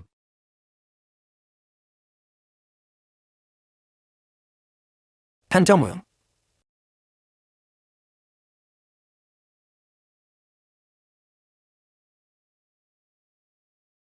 ในฐานะเจ้าเมืองถือธงข้าไม่อาจนิ่งเฉยในขณะที่เติมมิงวางแทงกบฏได้โปรดวางใจท่านเจ้าเมืองข้าจะยังคงอยู่นับจากนี้ไปข้าจะอุทิศตนรับใช้ท่านเจ้าเมืองและรับรองความปลอดภัยของเขา ท่านเจ้าเมืองเหตุใดไม่ลองเชือดไก่ให้ลิงดูสักคนเล่า ให้คนอื่นได้เห็นถึงผลลัพธ์ที่จะตามมา ท่านเจ้าเมืองข้าได้รับจดหมายจากพ่อตาเมื่อไม่กี่วันก่อนเขาได้ยินว่าท่านหายจากอาการดิพลาสแล้วเขาตั้งใจจะมายืนบนสื่อธงในเร็วๆนี้เพื่อแสดงความเคารพ ๆ ท่านเจ้าเมืองหยวนช่างมีน้ำใจและห่วงใยยิ่งนัก ข้าจะต้อนรับเขาอย่างสมเกียรติเมื่อเขามาถึง หากข้าสังหารโจคังโดยปราศจากเหตุผล ตระกูลหยวนย่อมต้องยื่นฎีกาต่อองค์เหนือหัวเย็นเหิง เพื่อเล่นงานข้า หากสถานการณ์เลวร้ายลง และข้าถูกถอดถอนจากตำแหน่ง ข้าคงเป็น ดังปลาที่เกยตื้นอยู่ในน้ำตื้น ใครก็ได้เตรียมเงิน 1,000 ตำลึง และเพิ่มผ้าไหมชั้นดีอีก100 พับเป็นของขวัญให้ท่านเจ้าเมืองโจ ขอบคุณท่านเจ้าเมือง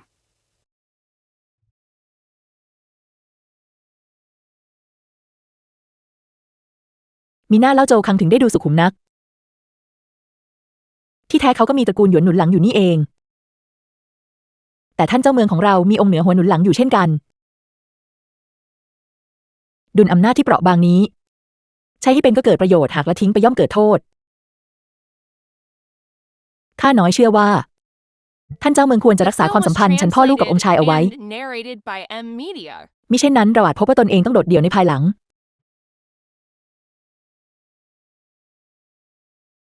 ท่านเจ้าเมืองข้าได้เข้าควบคุมค่ายของตระกูลหวงและตระกูลเต๋อเรียบร้อยแล้วสมาชิกตระกูลหวงมีมากกว่า 2,000 คนตระกูลเต๋อมีสมาชิก 3,000 คนข้ารอรับคำสั่งจากท่านว่าจะจัดการอย่างไรรับบัญชา แต่เรื่องที่จะจัดการกับพวกเขาอย่างไรนั้นข้าไม่อาจตัดสินใจเพียงลำพังได้ต้องให้ราษฎรเป็นผู้ตัดสินนำตัวคนตระกูลเหล่านี้ไปที่ตลาดตะวันออกเรียกตัวราษฎรมาให้พวกเขาเป็นผู้พิพากษาหากพวกเขาบริสุทธิ์ก็ส่งพวกเขาไปที่ชนบทเพื่อทำไร่ไถนาหากพวกเขามีความผิดก็จงลงโทษตามกฎหมายรับทราบท่านเจ้าเมืองช่างปรีชาญาณยิ่งนักตกลงแล้วทหารส่วนตัวของพวกเขาล่ะหากพวกเขาไม่ต้องการเข้าร่วมกองทัพก็ปล่อยพวกเขาไปหากพวกเขาเต็มใจเข้าร่วมกองกำลังทหารกล้าก็มอบรางวัลตามมาตรฐานให้พวกเขาส่วนที่ดินและทรัพย์สินของพวกเขานั้นให้ยึดเข้าสำนักเจ้าเมืองเมื่อถึงเวลาจงจัดสรรปันส่วนให้แก่ราษฎรอย่างเท่าเทียมรับทราบนายท่านเจ้าเมืองไม่เพียงแต่ยกเว้นภาษีให้ราษฎรถึง3 ปีแต่เขายังได้จัดการกวาดล้างตระกูลหวนและตระกูลเต๋อจนสิ้นซากเขาไม่ใช่คนธรรมดายอมเป็นเช่นนั้นไม่นึกเลยว่าเขาจะวางกลยุทธ์เช่นนี้ได้เขาถูกกำหนดมาให้เป็นตัวแปรสำคัญในเอ็นโจจริงด้วยนายท่านเราพบเบาะแสแล้วว่าเหตุการณ์บุกโจรเจ้าเมืองในคืนนั้นรู้ไหลได้อย่างไร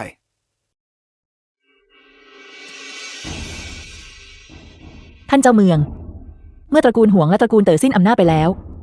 ตำแหน่งในทางการบริหารกว่า30ตำแหน่งจึงว่างลงรายชื่ออยู่ที่นี่แล้วโปรดพิจารณาด้วยขอรับ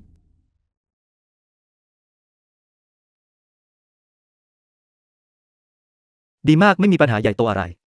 ให้พวกเขาไปรับตำแหน่งได้ท่านเจ้าเมืองข้าน้อยได้ถือวิสาสะ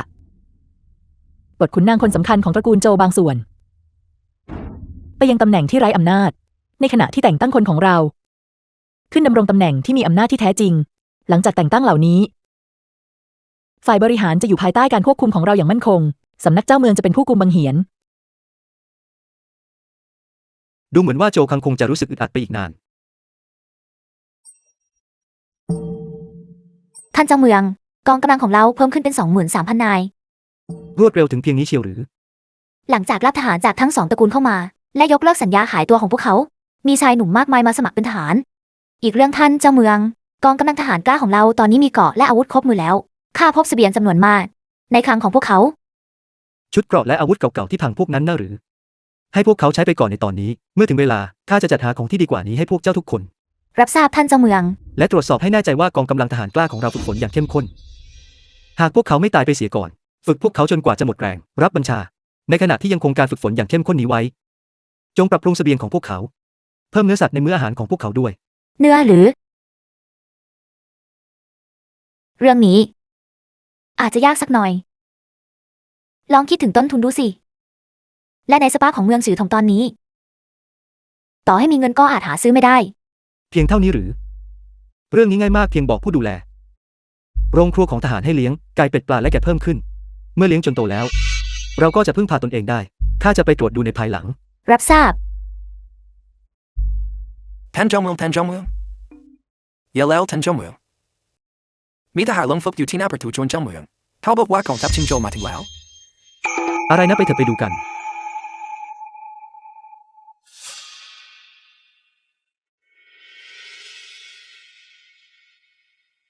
กองทัพชิงโจกองทัพชิงโจมาถึงแล้วพวกมันไม่ละเป็นใครเลยแม้แต่ชาวบ้านทุกคนถูกสังหารหมดแล้วข้าเข้าใจในสิ่งที่เจ้าพูด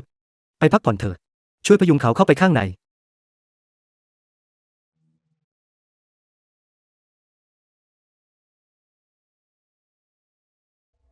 เสี่ยวอวีปกติเจ้าก็กล้าหาญดีนี่เหตุใดถึงได้หวาดกลัวเช่นนี้เจ้าไม่ใช่คนแถวนี้สินะเจ้าคงไม่รู้ถึงความน่าสะพรึงกลัวของกองทหารม้าทอนราชเฉาทหารชิงโจของทอนราชเฉานั้นใช้ชีวิตอยู่บนหลังม้ามาตั้งแต่เกิดคันธนูไม่เคยห่างจากมืออาจกล่าวได้ว่าม้าและคันธนูเป็นส่วนหนึ่งของร่างกายพวกเขาไปแล้ว10 ปีก่อนหลังจากที่พวกเขายึดครองเมืองหนิงจินได้พวกเขาก็ได้นำช่างฝีมือชั้นยอดจำนวนมากเข้ามาชุดเกราะและอาวุธของพวกเขาในตอนนี้ไม่เป็นรองต้าฮั่นแล้วหากไม่ใช่เพราะความขัดแย้งภายในของฝ่ายทอนราชเฉาข้าน้อยเกรงว่าเอี้ยนโจคงเปลี่ยนมือไปนานแล้วท่านเจ้าเมืองการที่ทรราชเฉาเข้ามาในเมืองฉือถงครั้งนี้ดูเหมือนจะเป็นความพยายามในการรวบรวมข่าวกรองข้าจะนำทัพไปขับไล่พวกมันออกไปเดี๋ยวนี้เพื่อป้องกันไม่ให้พวกมันเข็นฆ่าประชาชนในเมืองฉือถงของเราดีมากแต่จงจำไว้ว่าจงใช้กลยุทธ์อย่าใช้กำลังเข้าหักหารข้าเข้าใจแล้วท่านเจ้าเมืองฝูงหมาป่ายังไม่ทันถูกกำจัด เสือก็มาถึงเสียแล้ว ช่างเป็นยุคสมัยที่วุ่นวายเสียจริง ข้าน้อยสงสัยนักว่าราษฎรในเมืองจะเป็นอย่างไรบ้าง ทะลวงเลขา ช่างโอหังและป่าเถื่อนนัก ถูกต้อง เจ้าพบตัวคนสำหรับกรมสรรพาวุธแล้วหรือยัง ท่านเจ้าเมืองพบตัวพวกเขาทั้งหมดแล้วขอรับ เป็นไปตามที่ท่านสั่งการทุกประการ ข้าน้อยพบคนที่อ่านตำราแต่ไม่ยึดติดกับตำรา และอาจจะมีความคิดที่แหวกแนวอยู่บ้าง ดีมากพาข้าไปพบพวกเขา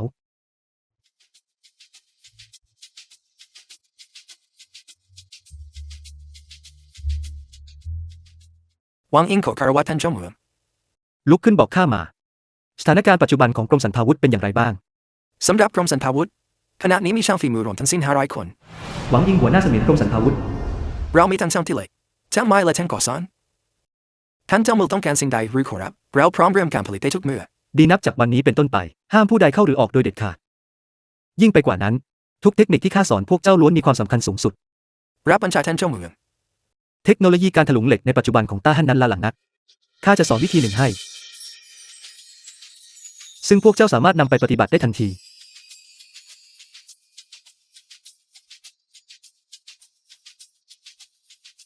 ข้าไม่เข้าใจเรื่องนี้เลย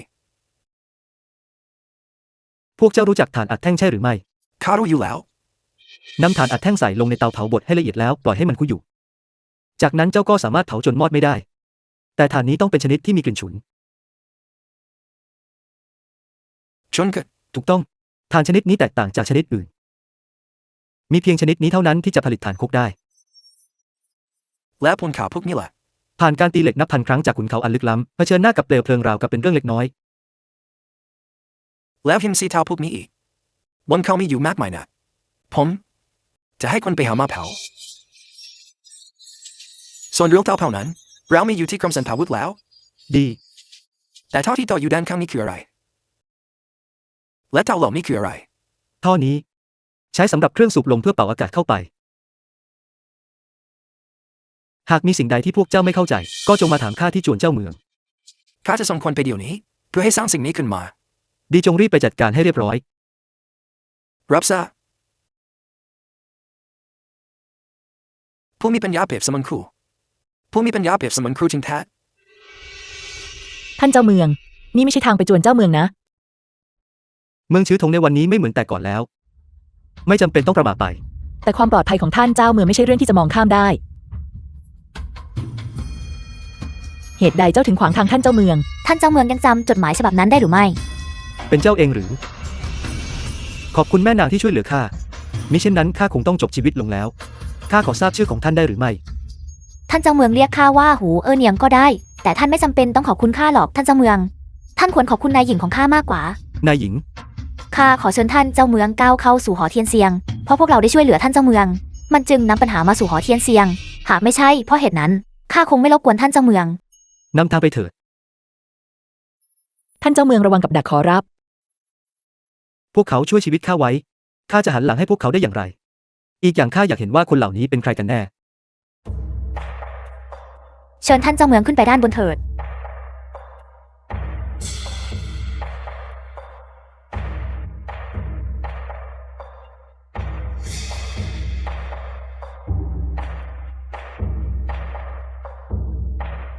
นายหญิงท่านเจ้าเมืองมาถึงแล้ว เชิญท่านเจ้าเมืองเข้ามาได้ ใครจะรู้ว่าข้างในจะมีซุ่มโจมตีหรือไม่ ท่านป้าหูปล่อยให้นางเข้ามา ตามบัญชานายหญิง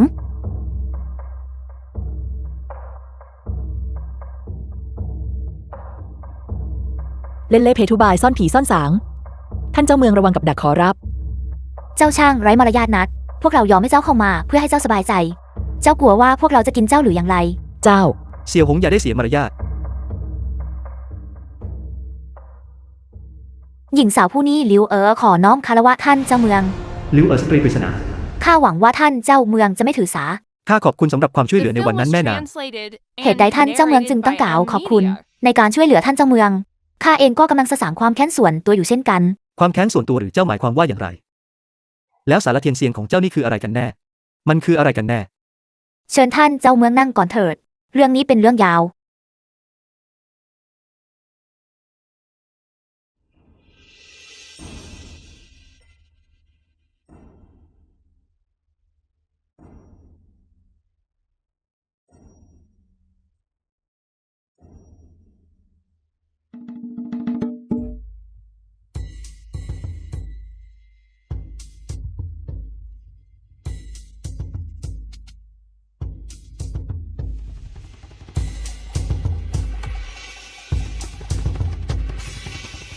ท่านเจ้าเมืองท่านวางใจได้แล้วใช่หรือไม่ เพียงแต่อย่าได้ถือสาข้าเลยข้าต่างหากที่ควรจะเป็นฝ่ายกล่าว หญิงงามย่อมเข้าถึงง่ายข้าจะโกรธเคืองได้อย่างไร หวังยงผู้นี้หัวหน้าค่ายซิงเฟิงคือคนที่สังหารบิดาของข้าแม้ตระกูลโจแห่งซื้อถงจะไม่ได้มีส่วนร่วมโดยตรงแต่พวกมันก็เป็นผู้สมรู้ร่วมคิดเมื่อข้ามาถึงเมืองฉือถงครั้งแรกข้าได้รับข่าวจากสายลับในค่ายซิงเฟิงข้าจึงตัดสินใจช่วยเหลือท่านเจ้าเมืองทันที แต่เจ้าปล่อยให้หวังหยงและจวนเจ้าเมืองห้ามหันกันเองนั่นไม่ใช่เพื่อฉวยโอกาสจากตัวเขาหรอกหรือ เรื่องนั้นเป็นความจริง แต่ในเมื่อเรื่องมันผ่านไปแล้ว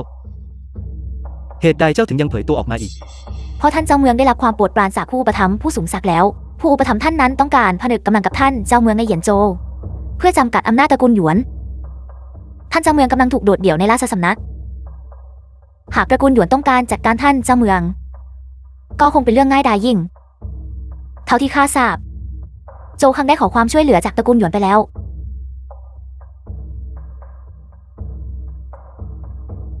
ตระกูลหยวนน่าหรือ จริงแท้แน่นอน ตระกูลหยวนยังลากลึกในเหยียนโจวมานานหลายปีกลุ่มกำลังทหารก็หนักถึง200,000 นาย พวกมันไม่เหมือนกับตระกูลโจวที่ไร้หัวนอนปลายเท้า ถ้าเช่นนั้นบอกข้ามา คนผู้นี้คือใคร ท่านผู้สูงศักดิ์กล่าวว่าเวลาที่เหมาะสมมาถึงแล้ว ท่านเจ้าเมืองจะทราบเรื่องในเวลาที่เหมาะสม แล้วรูปแบบการร่วมมือของเราล่ะ ข้าจะแจ้งให้ท่านเจ้าเมืองทราบเมื่อได้รับข่าว ผู้สูงศักดิ์ผู้นี้ช่างราคาแพงจริงๆแพงกว่าสำนักเจ้าเมืองของข้าอีกหรือ เอาเถอะข้าจะลองพิจารณาดู หากท่านเจ้าเมืองว่างเว้นจากภารกิจ ท่านสามารถมาพักผ่อนหย่อนใจที่หอเทียนเซียงได้เสมอ ข้าตั้งตารอการมาเยือนของท่านเจ้าเมือง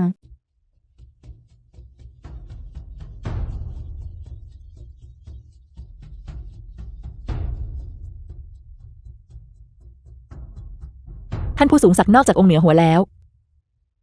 ยังจะมีใครสูงศักดิ์ไปกว่าท่านเจ้าเมืองของเราอีกหรือ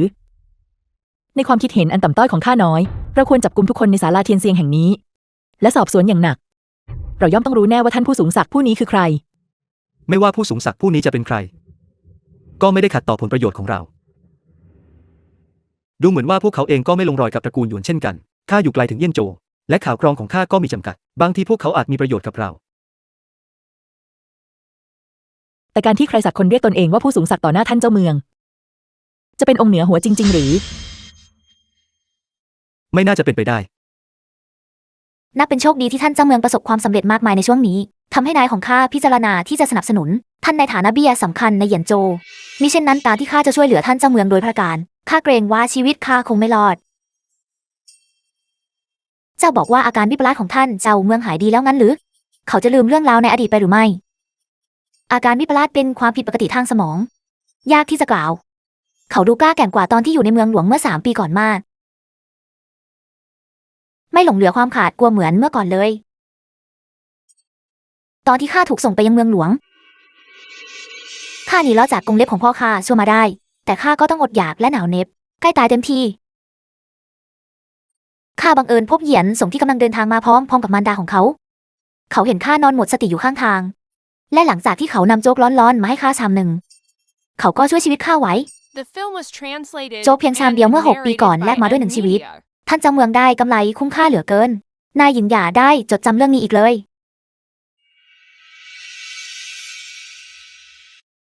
ท่านเจ้าเมืองท่านควรสร้างถังกันสุราเพิ่มอีก มีพ่อค้าสั่งจองสุราเข้ามามากเกินไปแล้ว ไม่ต้องรีบเมื่อถึงเวลาค่อยจัดการพื้นที่หลังจวน แล้วเราจะขยายกิจการ มีถังกลั่นสุรา50 ถังอยู่ที่ด้านหลัง เรื่องแค่นี้จะยากอะไร ท่านเจ้าเมืองเหตุใดไม่ปล่อยให้ งานจิปาทะในจวนเป็นหน้าที่ของข้าเล่า ข้าจะลืมเจ้าได้อย่างไร ดีมากไปจัดการเถิด แต่เรื่องทำความสะอาดไว้ก่อนก็ได้ จัดการเรื่องนี้ก่อน สุราของเรายังไม่มีชื่อเรียกเลย ให้เราเรียกมันว่าสุรา5 ธัญพืชเถิด นับแต่นี้ไปภาชนะทุกใบต้องประทับตราองศาที่42 องศา53 องศา เจ้าเข้าใจหรือไม่ รับทราบท่านเจ้าเมือง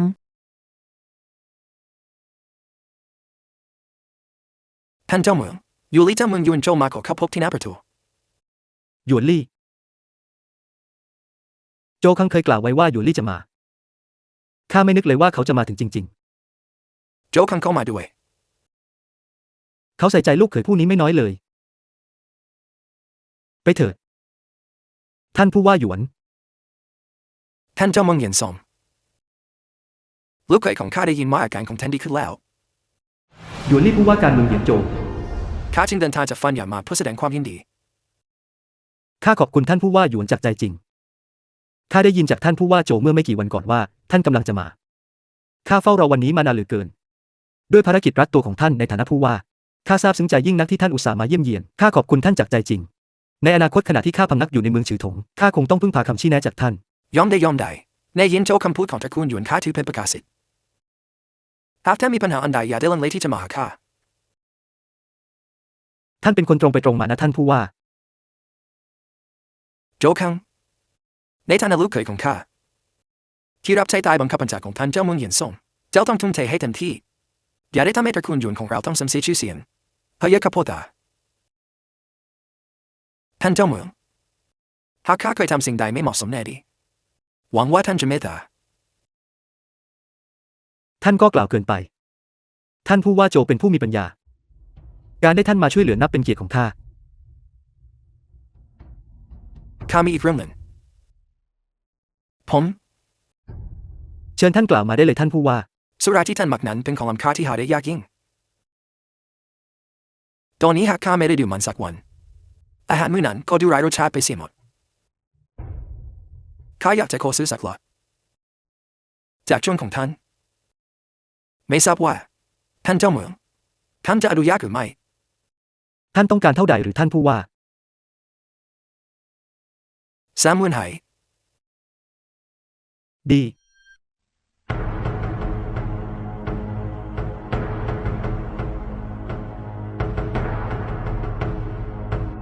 ข้าจะจัดการเรื่องนี้ด้วยตนเองเย็นทรงคงไม่กล้าแต่ต้องเจ้าหรอกแต่คุณโจนับจากนี้ไปจงจับตาดูเมืองชิวทงให้ดีหากมีความเคลื่อนไหวใดในชวนเจ้าเมืองจงแจ้งข้าทันทีพยาคาโพตาและเรื่องการค้ากับทอนราชาวนั้นโจระวังตัวให้มากเย็นทรงจะต้องไม่รู้เรื่องนี้โดยเฉพาะการขายอาวุธและชุดเกราะหากเขารายงานเรื่องนี้ต่อราชสำนักมันจะเป็นปัญหาใหญ่เลยนะข้าไม่กล้าเลยพ่อตาลูกเคยเจ้าไม่จำเป็นต้องเกรงกลัวเย็นสองผู้นี้เราจะใช้ไม้อ่อนก่อนจะใช้ไม้แข็งหากเขายังเนรคุณข้าจะทำให้เขาต้องสยบแทบเท้าเอง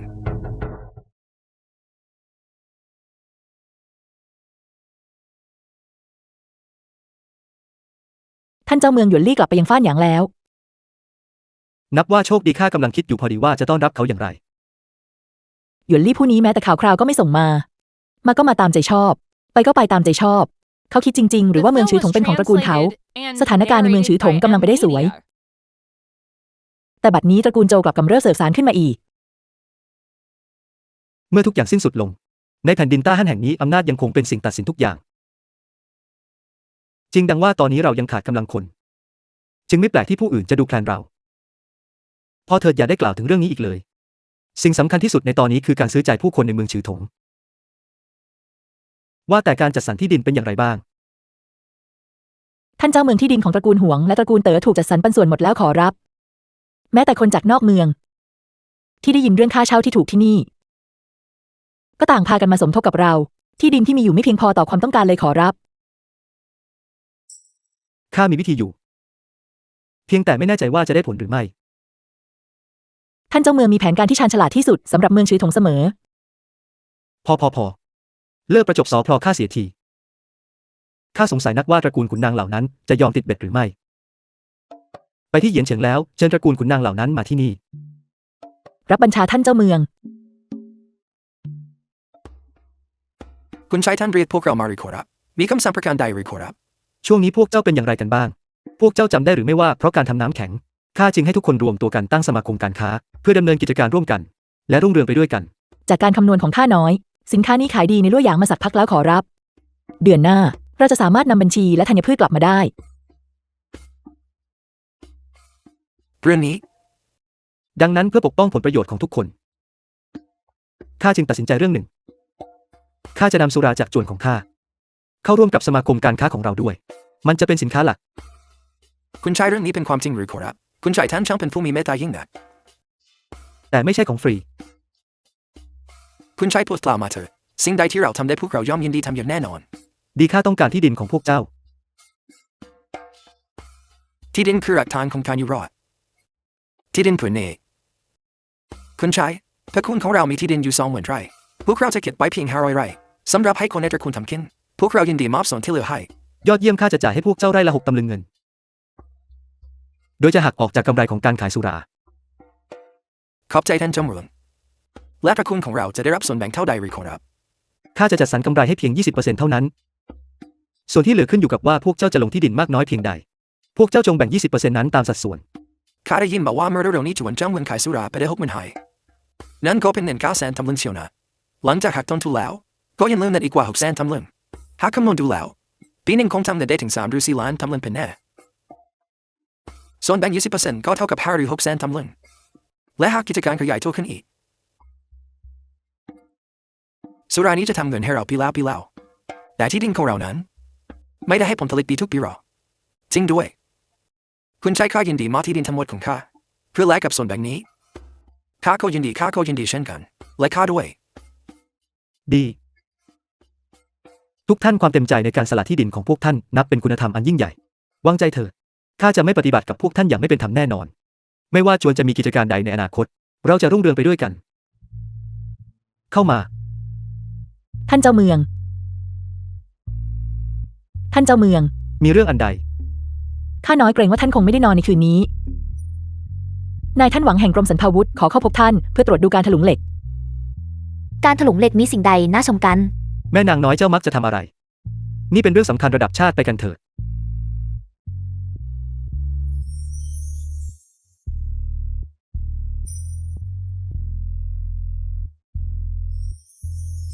ช่างน่าสะใจนัดฟลิกปลากระป๋องอะไรกลายเป็นน้ำคุณชายพรสวรรค์ของท่านช่างล้ำเลิศยิ่งนักข้าไม่เคยรู้มาก่อนว่าในโลกนี้จะมีเทคนิคการถลุงเหล็กเช่นนี้อยู่ผู้น้อยรู้สึกเลื่อมใสยิ่งนักคุณชาย นี่มันหมายความว่าอย่างไร ท่านอาจารย์หวัง คุณชายหวังอินเป็นเพียงคนทำต้อยทว่าหลังจากได้สนทนากับท่านข้าก็รู้สึกถึงในความรู้ที่ลึกซึ้งของท่านข้าหวังว่าท่านจะไม่ปฏิเสธที่จะชี้แนะข้า ถ้าเช่นนั้นข้าจะสอนเจ้าเอง คุณชายข้าทราบดีว่าสถานะของข้านั้นทำต้อยกว่าท่านมากแต่สิ่งนี้คือความมุ่งมั่นสูงสุดในชีวิตของข้าข้ายินดีจะจ่ายทุกราคาเพื่อเรียนรู้เพียงเสี้ยวห The นึ่งของ film มัน was translated ลุกขึ้น and เถิดท่านอาจารย์หวัง narrated by M Media. ขอบคุณคุณชาย อันที่จริงความแตกต่างระหว่างการถลุงเหล็กกล้ากับเหล็กดิบ อยู่ที่ปริมาณคาร์บอนเท่านั้น ยกตัวอย่างเช่นในการถลุงเหล็ก หากเจ้ามีเหล็ก 10,000 ชั่ง สัดส่วนของคาร์บอนที่อยู่ภายใน จะอยู่ที่ 2 ถึง 200 ชั่ง นั่นคือสิ่งที่ทำให้มันกลายเป็นเหล็กกล้า ข้าไม่เคยนึกฝันเลยว่าเพียงแค่การถลุงเหล็กธรรมดาจะแฟนไปดูหลักการที่ลึกซึ้งทิ้งนี้ ยังมีอีกมากที่ต้องเรียนรู้ คุณชายท่านแม่ทัพมูฟาได้รับบาดเจ็บสาหัสและอยู่ในอาการวิกฤตข้าขอร้องท่านคุณชายโปรดช่วยนางด้วย นางอยู่ที่ไหน ตอนนี้นางอยู่ที่จั่วแล้วนางเหลือลมหายใจเพียงฮึบสุดท้ายเท่านั้น ท่านอาจารย์หวัง ที่เหลือข้าฝากเจ้าด้วย ข้าไม่ได้สั่งให้นางตัดสินใจตามสถานการณ์หรอกหรือ เหตุใดนางจึงบาดเจ็บสาหัสเช่นนี้ พวกเราเพียงแค่เฝ้าสังเกตการกองทหารม้าของทอร์นาเซาแต่ทหารม้าเหล่านั้นเหี้ยมโหดเกินไปทันทีที่พวกมันพบเราพวกมันก็บุกเข้ามาในหมู่บ้านและไล่ต้อนชาวบ้านทั้งหมดออกไปที่สันเขาพวกมันลงมือตัดศีรษะชาวบ้านทีละคนพวกมันบีบบังคับให้เราต้องเข้าปะทะท่านแม่ทัพมูฟานทนเห็นรัษฎรล้มตายไม่ได้จึงสั่งให้พวกเราบุกเข้าโจมตีแต่เรากลับตีกับดักกองทหารม้าของพวกมันกลยุทธ์ทหารม้าของพวกมันแม่นยำยิ่งนักแม้เราจะสู้จนตัวตายและกำจัดศัตรูไปได้เกือบหมดแต่เราก็สูญเสียนะท่านแม่ทัพเองก็ได้รับบาดเจ็บสาหัสในระหว่างนั้น ก่อนที่ท่านแม่ทัพมู่จะจากไป ข้าน้อยได้พูดคุยกับนางเรื่องนี้โดยเฉพาะแล้ว ข้าน้อยไม่เคยคิดเลยว่าเราจะต้องจ่ายราคาที่แพงขนาดนี้ แล้วเหตุใดพวกเจ้าจึงกลับมาเพียงไม่กี่คน คนที่เหลืออยู่ที่ไหน พวกเราจึงรีบกลับมาก่อนยังมีทหารอีกกว่า100 คนที่ตามหลังเรามา นั่นหมายความว่ากำลังพลของเราหายไปครึ่งหนึ่ง ความสูญเสียนี้ช่างหนักหนานัก ท่านแม่ทัพซีเลือดมาทำให้พลังชีวิตตัวถอยอย่างรุนแรงบาดแผลเหล่านี้ยิ่งซ้ำเติมอาการของนางให้แย่ลง หมอหูประจำจวนเจ้าเมือง แต่บาดแผลจากนุธนูเหล่านี้ ข้าเกรงว่ามันจะพาชีวิตท่านแม่ทัพไป ยาปฏิชีวนะ ท่านหมอหู จงเขียนใบสั่งยาบำรุงเลือดเดี๋ยวนี้ ส่วนบาดแผลข้าจะจัดการเอง คุณชายท่านมีความรู้เรื่องการแพทย์ด้วยหรือ ข้าพอมีความรู้อยู่บ้าง เสียวชิง ไปเอาสุราที่แรงที่สุดในจวนมาเดี๋ยวนี้ รับทราบท่านเจ้าเมือง เจ้าจงดึงหัวลูกธนูออกให้ข้า ไม่ท่านจะดึงลูกธนูออกมาได้อย่างไรหากท่านดึงมันออกมาท่านแม่ทัพคงไม่รอดแน่ ช้าไม่ได้แล้ว รีบพาเขาออกไป ตกลงผิดแล้วผิดไปหมดแล้ว พาพวกเขาทั้งหมดออกไป นำมาที่นี่ แอลกอฮอล์ หัวลูกธนูออกหมดแล้ว เสียวชิงออกไปกับข้า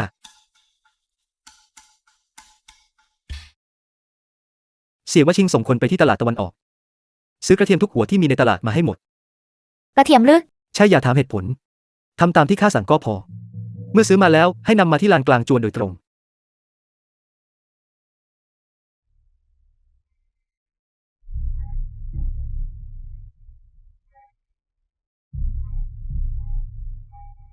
ท่านเจ้าเมืองกระเทียมมาถึงแล้ว ฟังให้ดี ปอกกระเทียมแล้วใส่ลงไป จากนั้นบดมันให้ข้า แล้วหลังจากบดเสร็จละนำไปนึ่งในหม้อแล้วทิ้งไว้1 ชั่วยาม จากนั้นนำไปแช่ในสุราขาวของเราข้ามคืน เจ้าเข้าใจหรือไม่ ดีข้าจะมาตรวจดูในภายหลัง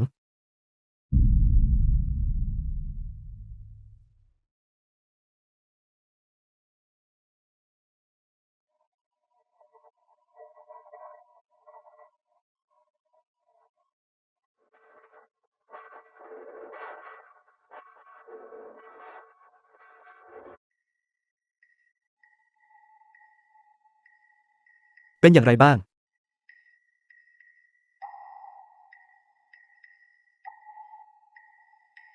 ดูท่าทางจะใช้ได้ ตักออกมา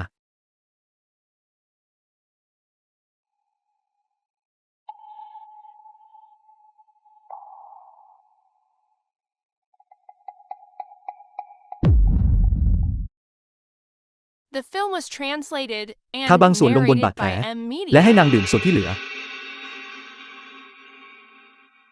ท่านเจ้าเมืองเหตุใดจึงมีกลิ่นกระเทียมเหล้า นี่คือยาความลับที่ข้าปรุงขึ้นจากกระเทียม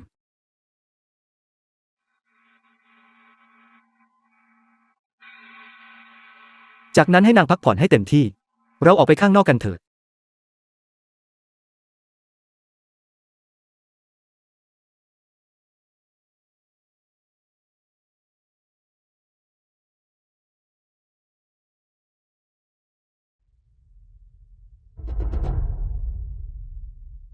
ทอหน้าเฉาช่างเหี้ยมโหดนัก ทำให้ประชาชนของเราต้องล้มตายและทนทุกข์ แต่เมืองชื้อถงขาดแคลนทหารกล้าและกองกำลังจู่โจม ตอนนี้จะฝึกฝนก็สายเกินไปแล้ว ข้าคิดทบทวนมานาน และข้าไม่อาจยืนดูประชาชนเมืองชื้อถงถูกสังหารได้ ข้าได้วางแผนไว้แล้ว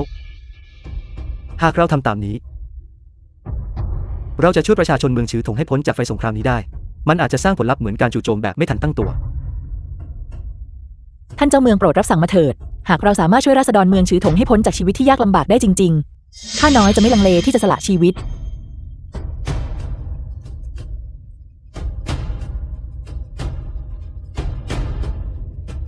อุโมงค์เหล่านี้จะตัดผ่านทั่วทั้งเมือง เราจะมีบ่อน้ำที่นี่ และพื้นที่สำหรับเก็บธัญพืชและสิ่งของจำเป็นที่นี่ หากราษฎรอาศัยอยู่ข้างล่างนี้ พวกเขาสามารถอยู่รอดได้10-20 วันโดยไม่มีปัญหา ท่านเจ้าเมืองปรีชาญาณยิ่งนัก เพราะทอหน้าเฉาเพิ่งพากองทหารมา อุโมงค์ของเราจะทำลายความได้เปรียบของเขา เราไม่เพียงแต่เก็บเสบียงได้เท่านั้น แต่ยังซ่อนทหารของเราได้ด้วย เมื่อหน่วยสอดแนมของพวกมันเข้าใกล้หมู่บ้าน เราสามารถซ่อนประชาชนไว้ในอุโมงค์ แล้วเปิดฉากจู่โจมพวกมัน ยิ่งไปกว่านั้นทอหน้าเฉาปฏิบัติกับประชาชนทุกคนเสมือนทหาร เช่นนั้นพวกเราในเมืองชือถงก็ทำเช่นเดียวกันได้ จากนี้ไปนอกจากดูแลการขุดอุโมงค์แล้ว เจ้ายังต้องดูแลการฝึกฝนของพวกเขาด้วย เราจะจัดหาอาวุธให้พวกเขา ทันทีที่ศัตรูบุกเข้ามา เราจะเปลี่ยนประชาชนทุกคนให้เป็นทหาร ปรีชาญาณจริงๆ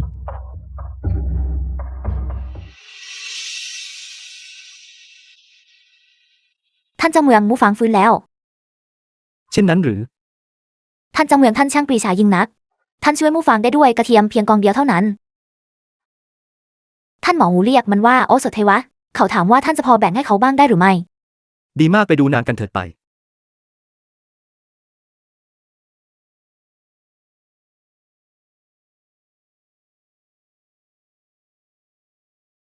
เช่นนั้นคงไม่ได้การ บาดแผลของเจ้ายังไม่หายดีนัก ไม่จำเป็นต้องมีพิธีรีตองเช่นนั้นหรอก ท่านเจ้าเมือง ผู้น้อยไร้ความสามารถข้าไม่สามารถปกป้องประชาชนไว้ได้ และยังสูญเสียทหารไปมากมายข้าสมควรตายยิ่งนัก เพราะเธอใช้ชนะและความพ่ายแพ้เป็นเรื่องธรรมดาของสงคราม ต่อให้ข้าไปเองข้าก็อาจทำได้ไม่ดีไปกว่าเจ้า ท่านเจ้าเมือง นับจากนี้ไปทรราชเขาจะต้องส่งกองทัพใหญ่มาเพื่อการล่าสัตว์ในฤดูใบไม้ร่วงอย่างแน่นอน ในความคิดของข้าการที่ท่านเจ้าเมืองยังคงอยู่ในเมืองฉือถงนั้นอันตรายยิ่งนัก ถอยไปตั้งหลักที่เมืองอื่นจะดีกว่า ให้ข้าอยู่สู้กับอัครมหาเสนาบดีเช้าจนตัวตายเถิด เจ้าคิดว่าข้าเป็นคนกลัวตายหรือ เมืองฉือถงคือเขตปกครองของข้า ข้าจะทอดทิ้งประชาชนของข้าได้อย่างไร อย่าได้กล่าวถึงเรื่องนี้อีกเลย และตั้งสติให้ดี หากเราต้องตายเราก็จะตายด้วยกันในสนามรบ ชีวิตของข้าเป็นของท่านเจ้าเมือง นับแต่วันนี้ไปพวกเขาเป็นของท่านเจ้าเมือง เมื่อทรราชเขากลับมาข้าผู้น้อยจะยอมสละชีวิต เพื่อรับรองความปลอดภัยของท่านเจ้าเมือง และความปลอดภัยของเมืองฉือถง เช่นนั้นค่อยดูเข้าท่าหน่อย ตอนนี้จงมุ่งเน้นไปที่การพักฟื้นเถิด เมื่อเจ้าหายดีแล้ว ข้ามีบางอย่างจะให้เจ้าดู มีอะไรหรือ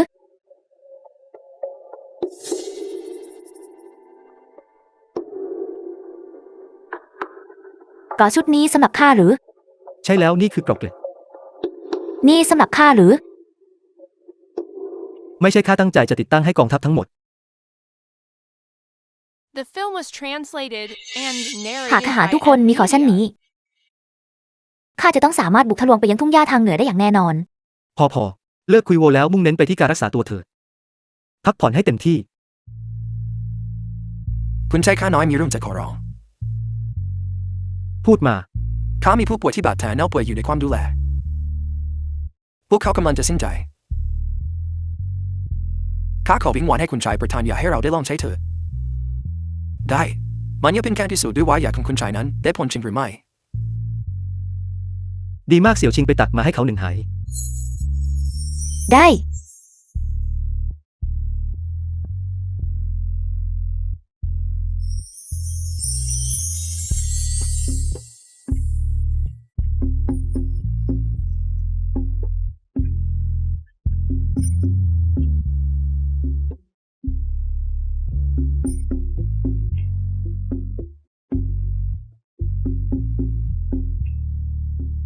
แม่นางเซียวชิงได้โปรดอีกสักนิดเถิด ท่านหมอหูหายเกือบจะเต็มแล้วข้าจะแบ่งให้ท่านเพิ่มได้อย่างไร คุณชายในเมื่อท่านให้ได้หนึ่งไถ่ท่านยอมให้ได้สองให้แม่นางสิวะชิงเหตุใดไม่ตักให้อีกหลายเหล่า ท่านหมอหูนายท่านกล่าวไว้อย่างไรก็เป็นอย่างนั้น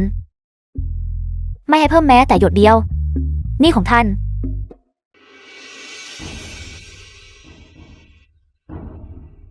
ท่านเจ้าเมืองลมอะไรหอบท่านมาที่นี่วันนี้ หลายวันมานี้ข้าคิดถึงท่านเหลือเกิน ไม่ทราบว่าท่านมีคำสั่งใดให้พวกเราหรือไม่ พอเถิดเลิกประจบสอพลอข้าเสียที อย่างไรก็ตามข้ามีความคิดหนึ่ง ข้าตั้งใจจะนำสมาคมการค้านี้ มาอยู่ภายใต้การบริหารของจวนเจ้าเมือง แต่จงวางใจเถิดกำไรของพวกเจ้าจากการร่วมทุนครั้งนี้จะไม่ลดลงแม้แต่เหรียญเดียว พูดให้ชัดเจนก็คือ บุคลากรของสมาคมการค้าจะกลายเป็นเจ้าหน้าที่ของจวนเจ้าเมืองทำหน้าที่เป็นผู้บริหารสมาคมอย่างเป็นทางการ และต้องปฏิบัติตามคำสั่งของจวน พวกเจ้าว่าอย่างไร นั่นหมายความว่าพวกเราจะได้เป็นขุนนางใช่หรือไม่ท่านเจ้าเมือง จริงแท้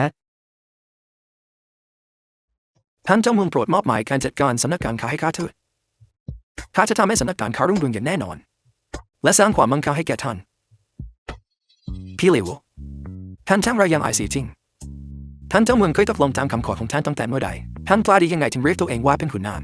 ลุกขึ้น ท่านเจ้าเมือง ท่านเจ้าเมือง ข้าน้อยขอคารวะท่านเจ้าเมือง ทั้งสองคนลุกขึ้นเถิด ข้ายังพูดไม่จบ ลุกขึ้นเถิด ไร้ยังอาย อย่างไรก็ตามเพื่อความยุติธรรม ปัจจุบันจวนยังขาดแคลนแร่เหล็กและหินปูน หากพวกเจ้าสามารถจัดหาสิ่งเหล่านี้ให้กรมสรรพาวุธในราคาที่ต่ำที่สุดได้ ในราคาที่ต่ำที่สุด เช่นนั้นเจ้าอาจได้รับตำแหน่งหัวหน้าผู้จัดการสมาคม ด้วยบรรดาศักดิ์ระดับ 6 ส่วนที่เหลือจะได้รับตำแหน่งตามลำดับ ยุติธรรมเทียนตรงเช่นนั้นท่านหมายความว่าท่านเจ้าเมืองนั้นไม่ได้หมายความว่าผู้ที่มีเงินมากที่สุดจะเป็นผู้ชนะหรอกหรือ ดังนั้นครั้งนี้เงินทุนทั้งหมดต้องมาจากคลังของสมาคมเอง หากพบว่าใครโกง พวกเขาจะถูกตัดสิทธิ์จากการรับราชการตลอดชีวิต ครั้งนี้เป็นการทดสอบความสามารถที่แท้จริงข้าลิวเฮอร์จะไม่มีวันโกงมาดูกันว่าใครจะเป็นผู้ชนะท่านเจ้าเมืองข้าจะออกเดินทางเดี๋ยวนี้ข้ารับรองว่าภายใน10 วันข้าจะรวบรวมวัตถุดิบทั้งหมดมาให้ท่านแต่ท่านเจ้าเมืองเห็นผู้ที่ท่านกล่าวถึงคือสิ่งใดหรือ ไปถามหัวหน้ากรมสรรพาวุธ เขาจะอธิบายให้เจ้าฟังเอง ออกไป ข้านายขอตัวลา พวกเจ้าทุกคนก็ถอยไปได้ จะต้องมีคนที่พยายามโกงในการคัดเลือกครั้งนี้แน่ จับตาดูพวกเขาให้ดี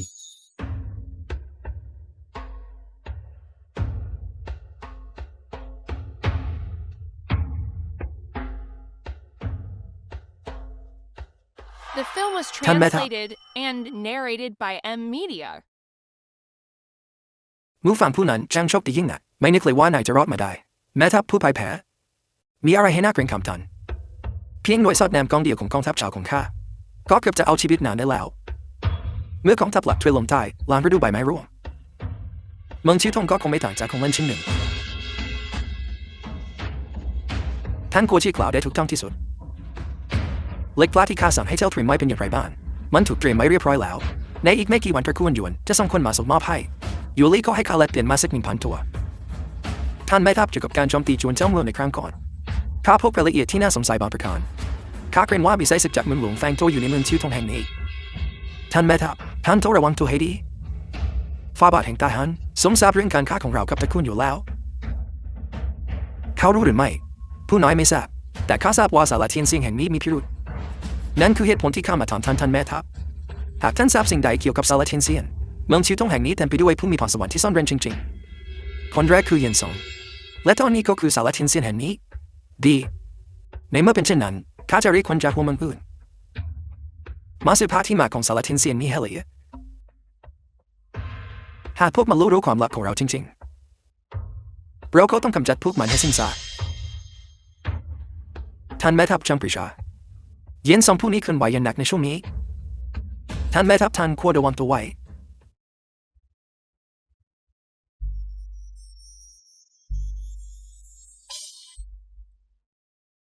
นายท่านมีคนกำลังกล่าวร้ายท่านอยู่ ท่านรู้ได้อย่างไร หากมีคนกล่าวถึงย่อมต้องจาม แม่นางน้อยผู้นี้ช่างงมงายนัก งมงายหรือหมายความว่าอย่างไร มันก็แค่การปล่อยให้จินตนาการเตลิดไปไกล มา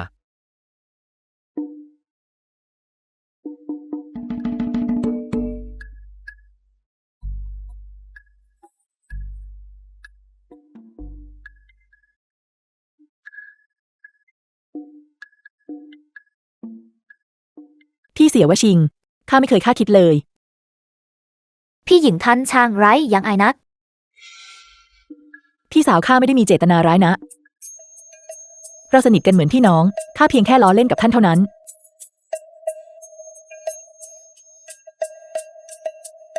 เจ้า คุณชาย คุณชายโปรดอย่าตำหนิบ่าวเลยขอรับ บ่าวเพียงแค่เดินผ่านมา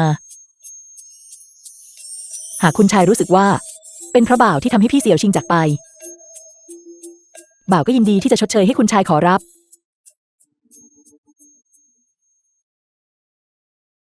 ชดเชยให้ข้าหรือ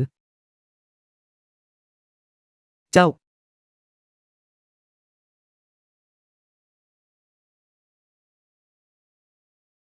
าตั้งใจจะชดเชยให้ข้าอย่างไร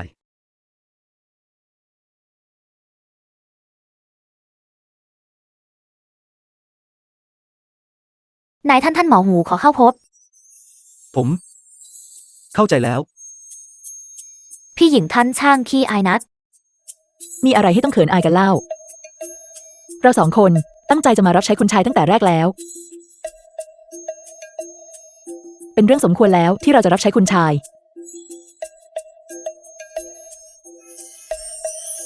ข้าจะไปพบท่านหมอหู คุณชาย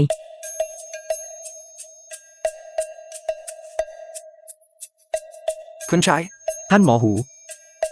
ข้าน้อยมีเรื่องจะขอร้องหวังว่าคุณชายจะเมตตา ท่านหมอหูโปรดกล่าวมา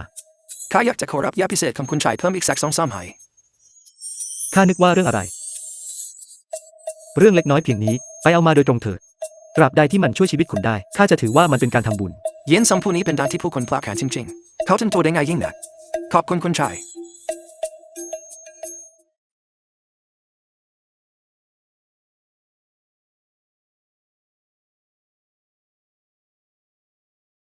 ยาพิเศษของเย็นซองผู้นี้มีสรรพคุณพิเศษถึงเพียงนั้นจริงหรือ มู่ฟางแม่ทัพแห่งดาบเยี่ยนเหมย ยาพิเศษของเย็นซองผู้นี้มีสรรพคุณพิเศษถึงเพียงนั้นจริงหรือข้าเห็นมากับตาตัวเอง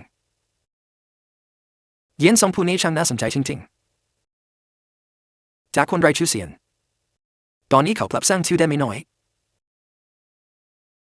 ว่ากันว่าแม้แต่ยูริก็ยังไปเยี่ยมเยียนเขาด้วยตนเองเช่นนั้นเพื่อเห็นกับยานี้ข้าเองก็ต้องไปเยี่ยมเขาเช่นกัน The film was translated and narrated by ต่อให้ไม่ใช่เพราะอย่างนี้ NVIDIA. ท่านแม่ทัพอย่าไรก็ควรไปการผูกมิตรกับเย็นซองอย่างน้อยก็ทำให้ตระกูลอยู่เดือดร้อนได้บ้าง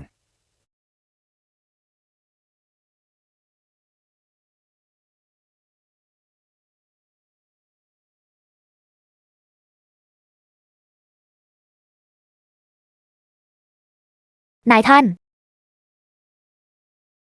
นายท่าน คุณชาย มีจดหมายจากเมืองหลวงมาถึงขอรับ เมืองหลวง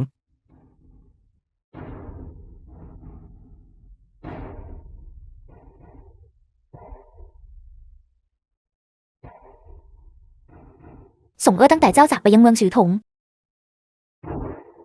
แม่คิดถึงเจ้าทั้งวันทั้งคืน แม่ไปสวดมนต์ที่วัดเซียงกัวอยู่บ่อยครั้ง ในเมื่อตอนนี้แม่รู้แล้วว่าอาการป่วยของลูกหายดี แม่ก็ดีใจจนหาที่สุดไม่ได้ ชาตินี้แม่ไม่มีสิ่งใดต้องเสียใจอีกแล้ว ตอนนี้แม่เพียงหวังว่าลูกจะปกครองเมืองฉือถงด้วยความขยันหมั่นเพียรและรักใครในราษฎร และอย่าได้กระทำการโดยประมาท เมื่อถึงวันที่เราได้พบกัน เราแม่ลูกจะได้กลับมาอยู่พร้อมหน้ากัน นี่ก็เป็นความปรารถนาของพ่อเจ้าเช่นกัน ความปรารถนาของท่านพ่อ ในฐานะองค์ชายแห่งต้าฮั่นข้าไม่นึกเลยว่าจะต้องระแวดระวังถึงเพียงนี้ จากพี่น้องทั้ง12 คนของข้าเป็นเพียงคนเดียวที่ถูกส่งมายังเขตปกครอง ส่วนที่เหลือพวกเขายังคงอยู่ในเมืองหลวงแย่งชิงอำนาจกัน มองดูรอบตัวเจ้าสิใครบ้างในนั้นที่ไม่มีตระกูลขุนนางผู้ทรงอิทธิพลหนุนหลัง ไม่ว่าใครจะขึ้นเป็นจักรพรรดิในท้ายที่สุด พวกเขาก็จะกลายเป็นเพียงหมากของตระกูลขุนนางเหล่านั้น คุณชายดูนี่สิ ท่านแม่ทัพโม่แห่งเยี่ยนเหมือนกลับมาแล้ว เขามาเพื่อแสดงความเคารพต่อคุณชาย ไปกันเถิด ข้าแม่ทัพโมจิโกะคารวะคุณชายเย็นซอง ลุกขึ้น ท่านแม่ทัพโม่ข้าได้ยินชื่อเสียงอันโด่งดังของท่านมานาน การได้พบท่านด้วยตนเองในวันนี้ช่างเป็นเกียรติอย่างยิ่ง การที่ท่านมาเยือนเมืองฉือถงข้ามีความยินดีเป็นอย่างยิ่ง ข้าน้อยเป็นเพียงคนไร้ความสามารถจะคู่ควรกับคำชมของคุณชายได้อย่างไร วันนี้ข้ามาเพื่อรบกวนคุณชายเพราะข้ามีเรื่องจะขอร้องท่าน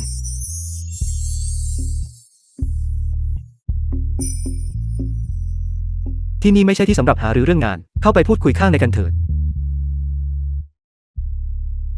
ท่านแม่ทัพโม่เชิญเข้ามาข้างในก่อน มูฟางเจ้ามาทำอะไรที่นี่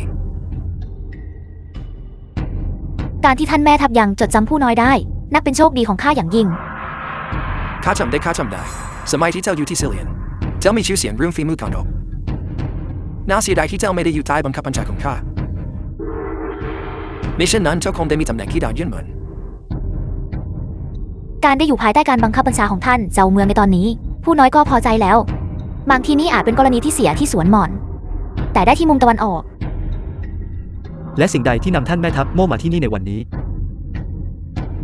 หรือจะเป็นเรื่องการล่าสัตว์ในฤดูใบไม้ร่วงของท่านอัครมหาปรีเฉา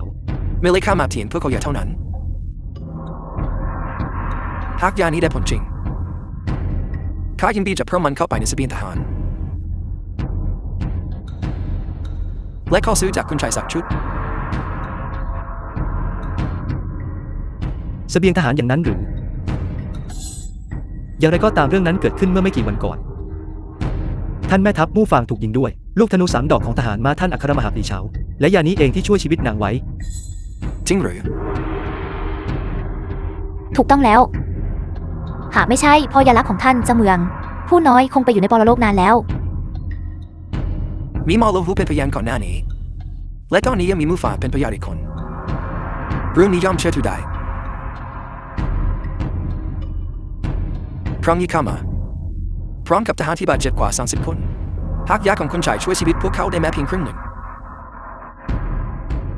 ถ้าจะเมายาของคุณชายทั้งหมด ดี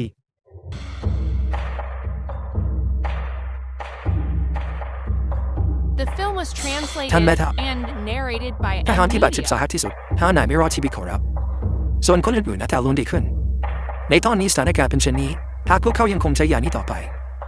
ข้าเชื่อว่าจะไม่มีปัญหาอื่นใดตามมาเย็นสองผู้นี้มีพรสวรรค์ไม่น้อยเป็นไปตามที่เขาอ้างไว้หากใช้ยาได้ทันท่วงทีทหารที่บาดเจ็บย่อมรอดชีวิตได้อีกมากมาเถิดเราไปที่จวนเจ้าเมืองกันข้าอยากคิดนักว่าเขาจะขายยานี้อย่างไรหากเรื่องนี้จัดการได้เรียบร้อยเราจะกลับไปที่เย็นเหมือน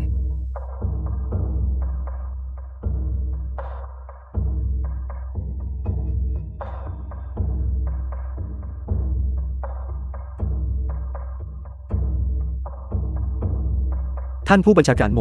ท่านเจ้าเมืองยาของท่านมีสรรพคุณดุจปาฏิหาริย์จริงๆข้าจะกลับไปทูลรายงานต่อฝ่าบาทเพื่อสดุดีถึงสรรพคุณของยานี้อย่างไรก็ตามข้ายังไม่แน่ใจนะท่านตั้งใจจะขายยานี้อย่างไรหรือ ท่านผู้บัญชาการโมพูดตามตรง กระบวนการผลิตยานี้ ต้องใช้สุรากลั่นแรงสูงจากจวนเป็นจำนวนมาก ต้นทุนจึงสูงมาก ดูขวดขนาดนี้สิ มันต้องมีค่าอย่างน้อย1 หรือ 2 ตำลึงเงินสำหรับทหาร1 นาย 3 ถึง 5 ขวดก็น่าจะเพียงพอ 1 ตำลึงนั่นเชี่ยวหรือ มีอะไรหรือท่านผู้บัญชาการโมท่านพบว่ามันแพงเกินไปหรือ เช่นนั้นไม่ต่างอะไรกับการปล้นกันเพราะข้าน่าเลือด ให้ค่าคำนวณให้ท่านดู ปัจจุบันเบี้ยหวัดรายเดือนของทหาร อยู่ที่ประมาณ2 ตำลึง ลองคิดดูสิยา3 ถึง 5 ขวดสามารถช่วยชีวิตคนได้1 คน ไม่คุ้มค่าหรอกหรือ อีกอย่าง ท่านผู้บัญชาการท่านเองก็เป็นผู้ฝึกยุทธในการทัพทางทหาร ทหารผ่านศึกที่ผ่านการรบมามากมาย ท่านย่อมรู้ถึงคุณค่าของพวกเขา หากพวกเขาต้องเสียชีวิตเพราะบาดแผลเพียงเล็กน้อย นั่นจะไม่เป็นการสูญเสียที่ยิ่งใหญ่กว่าหรอกหรือ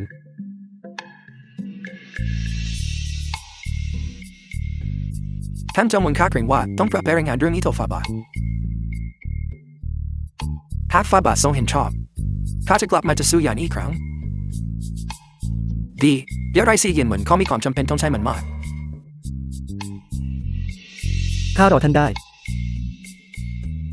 ท่านเจ้าเมืองข้าขอตัวลาตกลงเมื่อถึงเวลานั้นข้าจะส่งคนไปรับยาที่เมืองชื่อถง เช่นนั้นข้าคงไม่ต้องไปส่งท่าน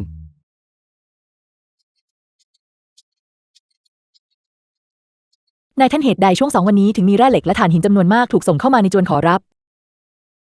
สิ่งเหล่านี้เป็นเพียงสิ่งที่บรรดาคุณชายผู้มั่งคั่งใช้ซื้อบรรดาศักดิ์เท่านั้น ข้าไม่อาจลืมภารกิจที่มอบให้เจ้าอันและคนอื่นๆเมื่อก่อนหน้านี้ คำนวณเวลาดูแล้วน่าจะใกล้เสร็จสิ้น ไปดูสมาคมการค้ากันเถิด ใช่ ยอมรับความพ่ายแพ้เสียตำแหน่งหัวหน้าสมาคมจะต้องเป็นของข้าหากเจ้าเรียกเขาว่าพี่ใหญ่บางทีข้าอาจจะช่วยพูดจาดีๆให้เจ้ากับท่านเจ้าเมืองเพื่อให้เจ้าได้เป็นรองหัวหน้าสมาคมหรือไล่เจ้าต่างหากที่จะเป็นฝ่ายพ่ายแพ้ภายในพรุ่งนี้เช้าข้าจะมีเรือขุนทานอาแท่งมาที่นอกเมืองทิ้งตอนนั้นค่อยว่ากันท่านเจ้าเมืองดูเหมือนทุกอย่างจะเรียบร้อยดี บอกตามตรงนะชัยชนะหรือความพ่ายแพ้ในครั้งนี้ขึ้นอยู่กับเรา2 คนเท่านั้น หวังว่าจะไม่มีการโกงนะ ไม่ใหม่2 คนนี้มีพรสวรรค์จริงๆ พรุ่งนี้ข้าคงต้องถามโต้หูและคนอื่นๆ ว่าทั้ง2 คนจัดการเรื่องต่างๆอย่างไรบ้าง พรุ่งนี้เป็นวันสุดท้ายแล้วนี่นะ แล้วเราค่อยตัดสินใจว่าจะให้ใครอยู่ต่อ ท่านเจ้าเมืองท่านมาแล้วท่านช่างยอดเยี่ยมจริงๆ2 วันที่ผ่านมาพลังของกรมสรรพาวุธของเราเต็มไปด้วยความเราไม่ต้องกังวลเรื่องวัตถุดิบต่อไป ตอนนี้ข้าสามารถทุ่มเทเวลาทั้งหมดให้กับการศึกษาเทคนิคที่ท่านสอนข้าได้แล้ว ดีมากเบ้าหลอมทำงานเป็นอย่างไรบ้าง แล้วช่างฝีมือล่ะ เราเทเหล็กหลอมลงในบ่อด้านล่างแล้วช่างถลุงเหล็กแล้ว The film was พวกเขาใช้กระบวยดิน translated เท่านี้ตัดเหล็กหลอมออก and มา narrated by M Media. และส่งเข้าไปในบ่อหลอมนี้ หลังจากครบเวลาก็เทมันลงในแม่พิมพ์นี้แม่พิมพ์ชนิดนี้เป็นแผ่นเซรามิกวานแกะสลักเป็นลวดลายเกิดปลานี่คือแม่พิมพ์สำหรับหลอกกรอบเทรดนั่นเอง สรุปว่าเราเริ่มผลิตแล้วใช่หรือไม่ ท่านเจ้าเมืองเราผลิตไปได้กว่า500ชุดแล้ว นี่คือหนึ่งในชุดเหล่านั้น แม้แต่สตรีที่ท่านส่งมาก็เริ่มทำงานกันแล้ว ข้าให้คนเจ้าไปกว่า200คน แล้วเจ้าทำชิ้นงานให้ข้าได้500ชิ้นหรือ ท่านเจ้าเมืองเรื่องเป็นเช่นนี้ไม่ใช่ว่าพวกนาวไร้ความสามารถแต่เป็นท่อเหล็กในคลังของกรมสันทาวุธปราโมทลงข้าได้เพิ่มเบาหลอมอีก2-3 ใบในช่วง2-3 วันที่ผ่านมาเพื่อให้จำนวนแทงกรอบผลิตได้ทัน ข้าคิดไว้แล้วไม่น่าแปลกใจเลย นายท่าน นี่ทำขึ้นเป็นพิเศษสำหรับองครักษ์ส่วนตัวของจวนเราหรือขอรับ หากเจ้าต้องการสิ่งใดก็แค่พูดออกมา จะอ้อมค้อมไปทำไม ชุดเกราะชุดนั้นเป็นของเจ้าเอาไปสิ จริงหรือ ขอบพระคุณนายท่าน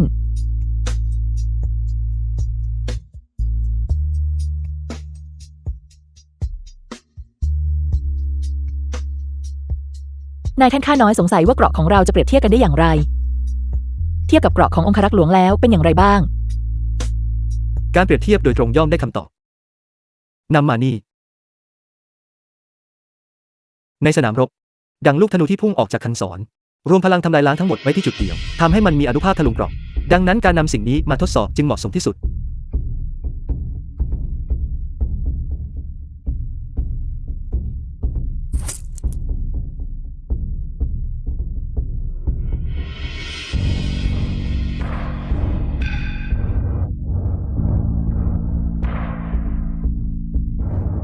นี่คือความแตกต่างอย่างแท้จริง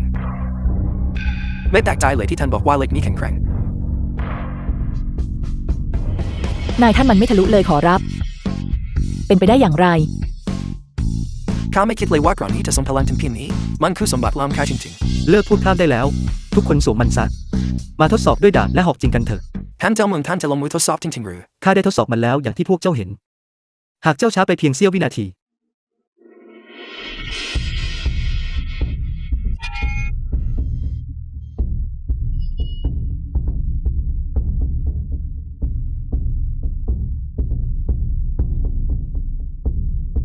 ท่านเจ้าเมืองเราควรทำอย่างไรต่อไปดีขอรับ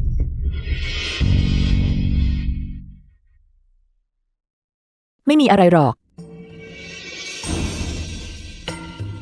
ข้าไม่เป็นไรท่านเจ้าเมือง การประทะครั้งนี้ เพียงพอที่จะพิสูจน์ให้เห็นว่าเกราะนี้จะมีประสิทธิภาพเพียงใดในสนามรบ ดีมากเรามีกำลังคนอยู่แล้ว และข้าจะเป็นผู้จัดหาเงินตำลึงให้เอง เร่งการผลิตเดี๋ยวนี้ ภายใน1 เดือนข้าต้องการให้องครักษ์ส่วนตัวของข้าทุกคนสวมใส่เกราะนี้ ใช่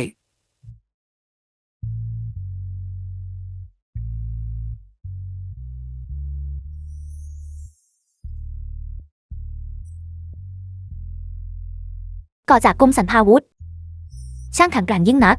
ข้าได้ทดสอบด้วยตนเองกับเหล่าองครักษ์แล้ว ข้าไม่เชื่อ เจ้ายังสงสัยข้าอยู่อีกหรือ ข้าจะให้เจ้าลองด้วยตนเอง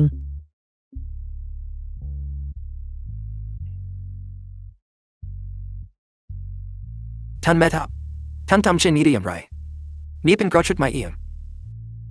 ตอนนี้แผ่นกรอบบุบไปแล้ว มันไม่สมบูรณ์แบบที่ต่อไป คืนนี้ข้าเลี้ยงสุราเจ้าดีหรือไม่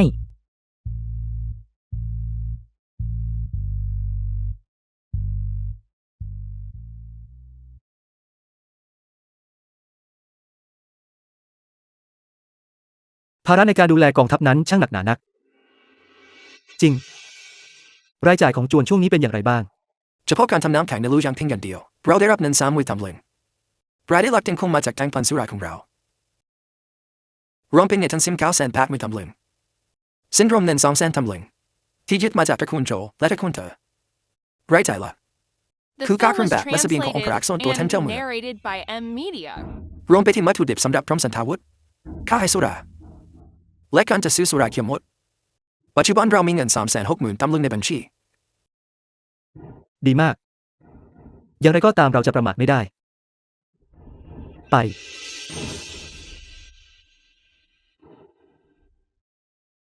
แผนการทำกำไรต้องไม่หยุดชะงัก คุณชาย การสืบสวนของเจ้าเป็นอย่างไรบ้าง ข้าได้ติดตามเจ้าอันมาตลอด เขาไม่ได้ข่มทว่าบิดาของเขาลอบจะท้าวัตถุดิบให้เขาชุดหนึ่ง เขาไม่รู้เรื่องนี้มาก่อนดังนั้นลิวเหอจึงเป็นผู้ชนะที่แท้จริงจริงอย่างที่คุณชายว่าข้าได้เฝ้าดูลิวเหอ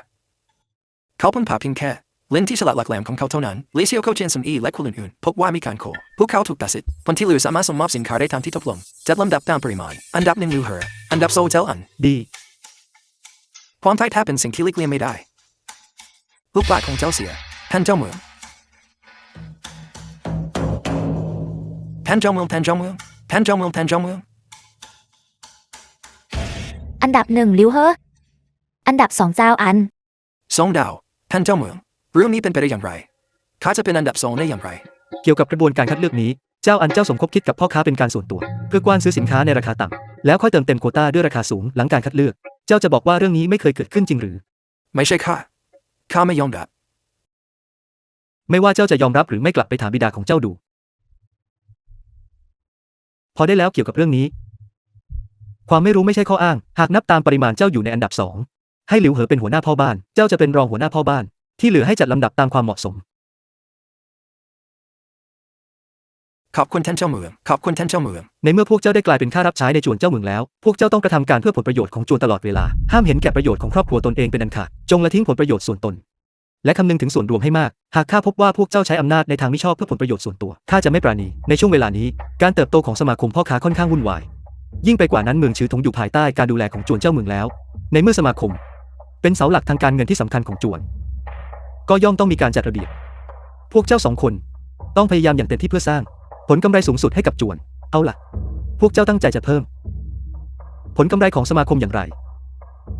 คุณชายข้าเชื่อว่าเราควรห้ามการขายสุราเลิกรถของจวนให้แก่พ่อค้าทั่วไปโดยตรงหากพวกเขาต้องการซื้อพวกเขาต้องจ่ายค่าธรรมเนียมให้แก่สมาคมเพื่อเป็นพ่อขายย่อยที่ได้รับอนุญาตในขณะเดียวกันต้องให้พวกเขาทำสัญญาผูกขาดกับสมาคมเพื่อควบคุมขอบเขตและราคาขายอย่างเคร่งครัดยิ่งไปกว่านั้นพ่อค้าต้องยึดครองเมืองหลวงที่มั่นคงที่สุดและเมืองต่างๆในภูมิภาคนั้นเพื่อรักษาอำนาจควบคุมทางไทยโดยตรงเราจะขายโดยตรงคุณชายลิวเหอพูดถูกอย่างไรก็ตามเราควรปฏิบัติต่อจวนเจ้าเมืองให้เป็นสินค้าชนิดหนึ่งที่จะนำเอาขายโดยวิธีนี้จวนเจ้าเมืองจะสามารถหลีกเลี่ยงคอปี้แพคกับชาวบ้านได้ยกตัวอย่างเช่นเมืองชือถงจวนของเราสามารถออกใบรับรองการขายผู้ค้าเฉพาะผู้ที่ถือใบรับรองนี้เท่านั้นที่จะสามารถขายสุราเลิศรสของจวนได้ส่วนพ่อค้าที่ซื้อใบรับรองไปแล้วนำไปขายต่อให้ผู้อื่นนั่นไม่ใช่ธุรกิจของเรายอมรับเพียงใบรับรองเท่านั้น ยอดเยี่ยมคำพูดของเจ้าโดนใจข้าตอนนี้กลับไปร่างเอกสารมา นับแต่วันนี้เป็นต้นไปผู้ใดที่ถือใบรับรองของเราสามารถรวบรวมสินค้าจากจวนได้ รับทราบ ด้วยเหตุนี้รูปแบบการดำเนินงานของสมาคมจึงถือกำเนิดขึ้นอย่างเป็นทางการดีมากในเมื่อพวกเจ้าทั้งสองเห็นพ้องที่จะนำเมืองเจียงหนานและเมืองหลวงมาอยู่ภายใต้การควบคุมของสมาคมใครจะเป็นผู้ไปดูแลการดำเนินงานที่เมืองหลวง ข้าหวังว่าคุณชายจะยังคงไว้วางใจข้าบิดาของข้าได้กระทำการช่อโกงในครั้งนี้ท่านเจ้าเมืองที่ท่านยังคงไว้วางใจผู้น้อยเช่นข้าผู้น้อยรู้สึกละอายใจยิ่งนักผู้น้อยยินดีที่จะไปจัดการกิจการในเมืองหลวงขอรับเพื่อตอบแทนความเมตตาของท่านเจ้าเมืองเจ้าอันเมืองหลวงนั้นไม่เหมือนเมืองชิวถงเจ้าจะต้องเผชิญกับความยากลำบากมากมายที่นั่นเจ้าอาจถึงขั้นเอาชีวิตไปทิ้งที่นั่นได้ข้าเพียงแต่ไม่อยากทำงานภายใต้คำสั่งของท่านมันน่าอับยศเกินไปครั้งนี้ข้าต้องสร้างผลงานที่ยิ่งใหญ่ให้ได้เพื่อพิสูจน์ว่าข้าในกว่าท่านเจ้าเมืองผู้น้อยขอตัวลา ไปสำนักการค้าเมืองชือถง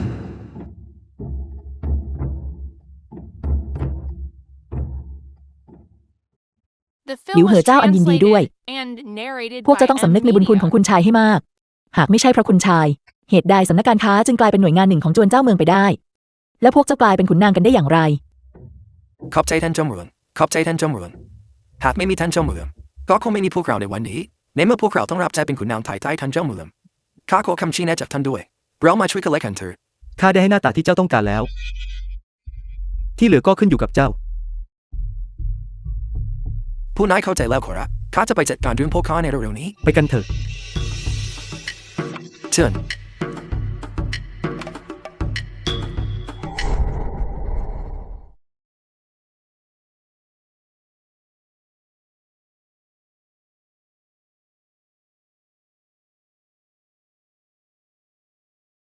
เสียงพินนี้ช่างอ่อนหวานและโหยหาราวกับหญิงงามที่กำลังทวินหาคนรักฟังแล้วรื่นรมยิ่งนัก เจ้าเข้าใจศิลปะการดีดพินด้วยหรือ แน่นอน คุณชายผู้น้อยขุนนางผู้นี้ข้าเพียงแต่ไม่อาจปฏิเสธคำเชิญของขุนนางท่านอื่นได้มันก็แค่ทำไปเพื่อบังหน้าเท่านั้นข้าเคยไปที่กรมดนตรีอยู่2-3 ครั้งกรมดนตรีคืออะไร กรมดนตรีเป็นหน่วยงานที่มีอยู่ในทุกมณฑลและทุกเขตของต้าฮั่นผู้คนในนั้นส่วนใหญ่เป็นภรรยาและบุตรสาวของขุนนางที่ถูกเนรเทศนอกจากนี้ยังมีนักดนตรีหญิงที่ถูกคัดเลือกมาเพื่อรับใช้พวกนางถูกส่งตัวมาประจำที่หน่วยงานราชการโดยเฉพาะและมีหน้าที่คอยปรนนิบัติขุนนางสตรีเหล่านั้นก็เพียงแค่คอยรินสุราขับร้องและบรรเลงดนตรีเท่านั้นแหล่งรวมบุปผา นี่ เจ้าก็เห็นว่าการดูแลขุนนางสมัยก่อนนั้นค่อนข้างดีอย่างไรก็ตามแม้ผลประโยชน์จะดีแต่ก็ต้องรู้จักที่ต่ำที่สูงตั้งแต่การพบกันครั้งล่าสุดที่ศาลาเทียนเสียงก็ไม่มีความเคลื่อนไหวใดๆจากพวกเขาอีกข้าสงสัยว่าพวกเขากำลังวางแผนอะไรอยู่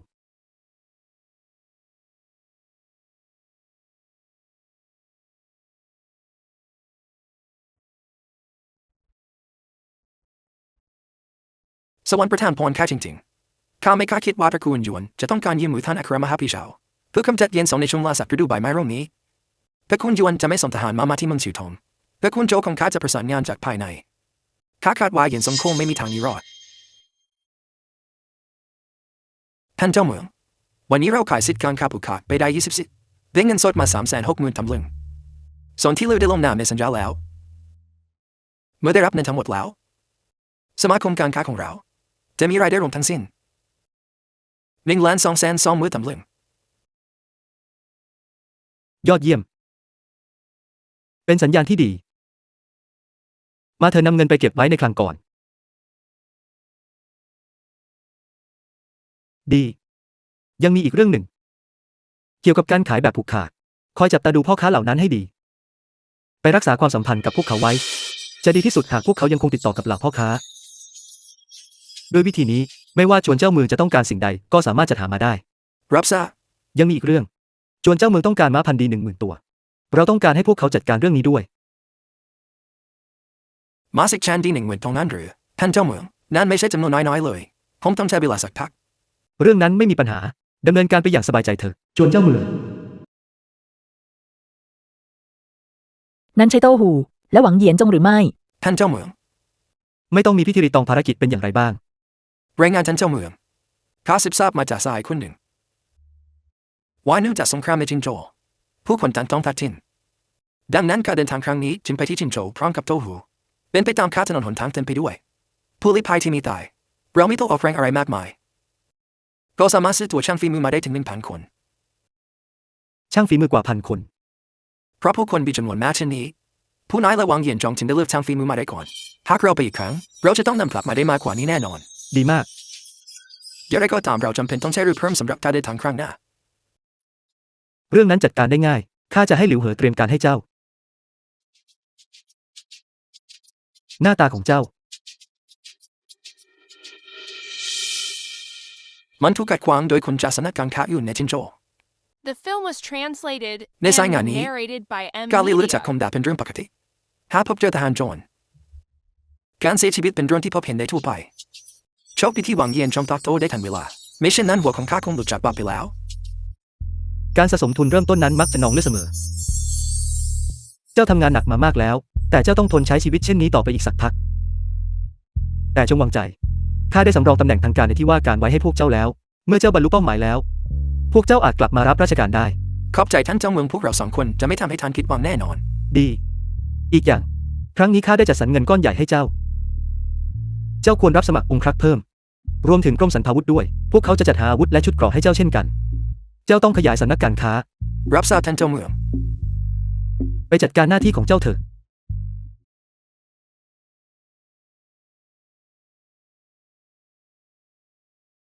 เป็นเจ้าเองสินะนายท่านผู้น้อยคือฮวนสาวใช้ของหลิวจากหอเทียนเซียงนายหญิงของข้าขอเรียนเชิญนายท่านไปเยือนหอเทียนเซียงไม่ทราบว่านายท่านจะให้เกียรติไปเยือนได้หรือไม่ตั้งแต่การพบกันครั้งล่าสุดที่ศาลาเทียนเสียงเป็นเวลาสักพักแล้วแทบไม่มีข่าวคราวจากศาลาเลยในเมื่อศาลาเทียนเสียงจู่ๆก็มาหาข้าคงต้องมีข่าวอะไรแน่ไปกันเถอะ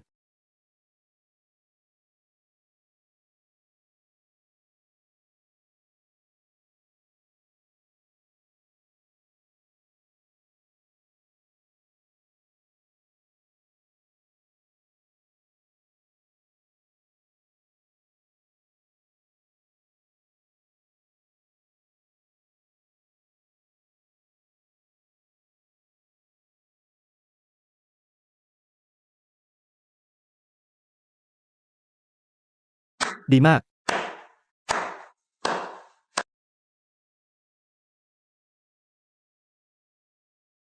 ทายาทตระกูลขุนนางนับไม่ถ้วนในเมืองชื่อถงต่างทุ่งเงินทอง เพียงเพื่อจะได้ชมเจ้าเต้นรำแม่นาง การที่ข้าได้รับคำเชิญอันทรงเกียรตินี้ ถือเป็นเกียรติอย่างยิ่ง ชาวบ้านเหล่านั้นจะเทียบกับท่านได้อย่างไร พินของข้าบรรเลงให้ท่านฟังเพียงผู้เดียว เช่นนั้นบอกข้ามาเจ้ามาพบข้าด้วยเหตุใด ท่านใจร้อนไปหน่อยนะท่านเจ้าเมือง ข้าได้ยินมาว่าท่านต้องการซื้ออาชา จริงอย่างที่ว่า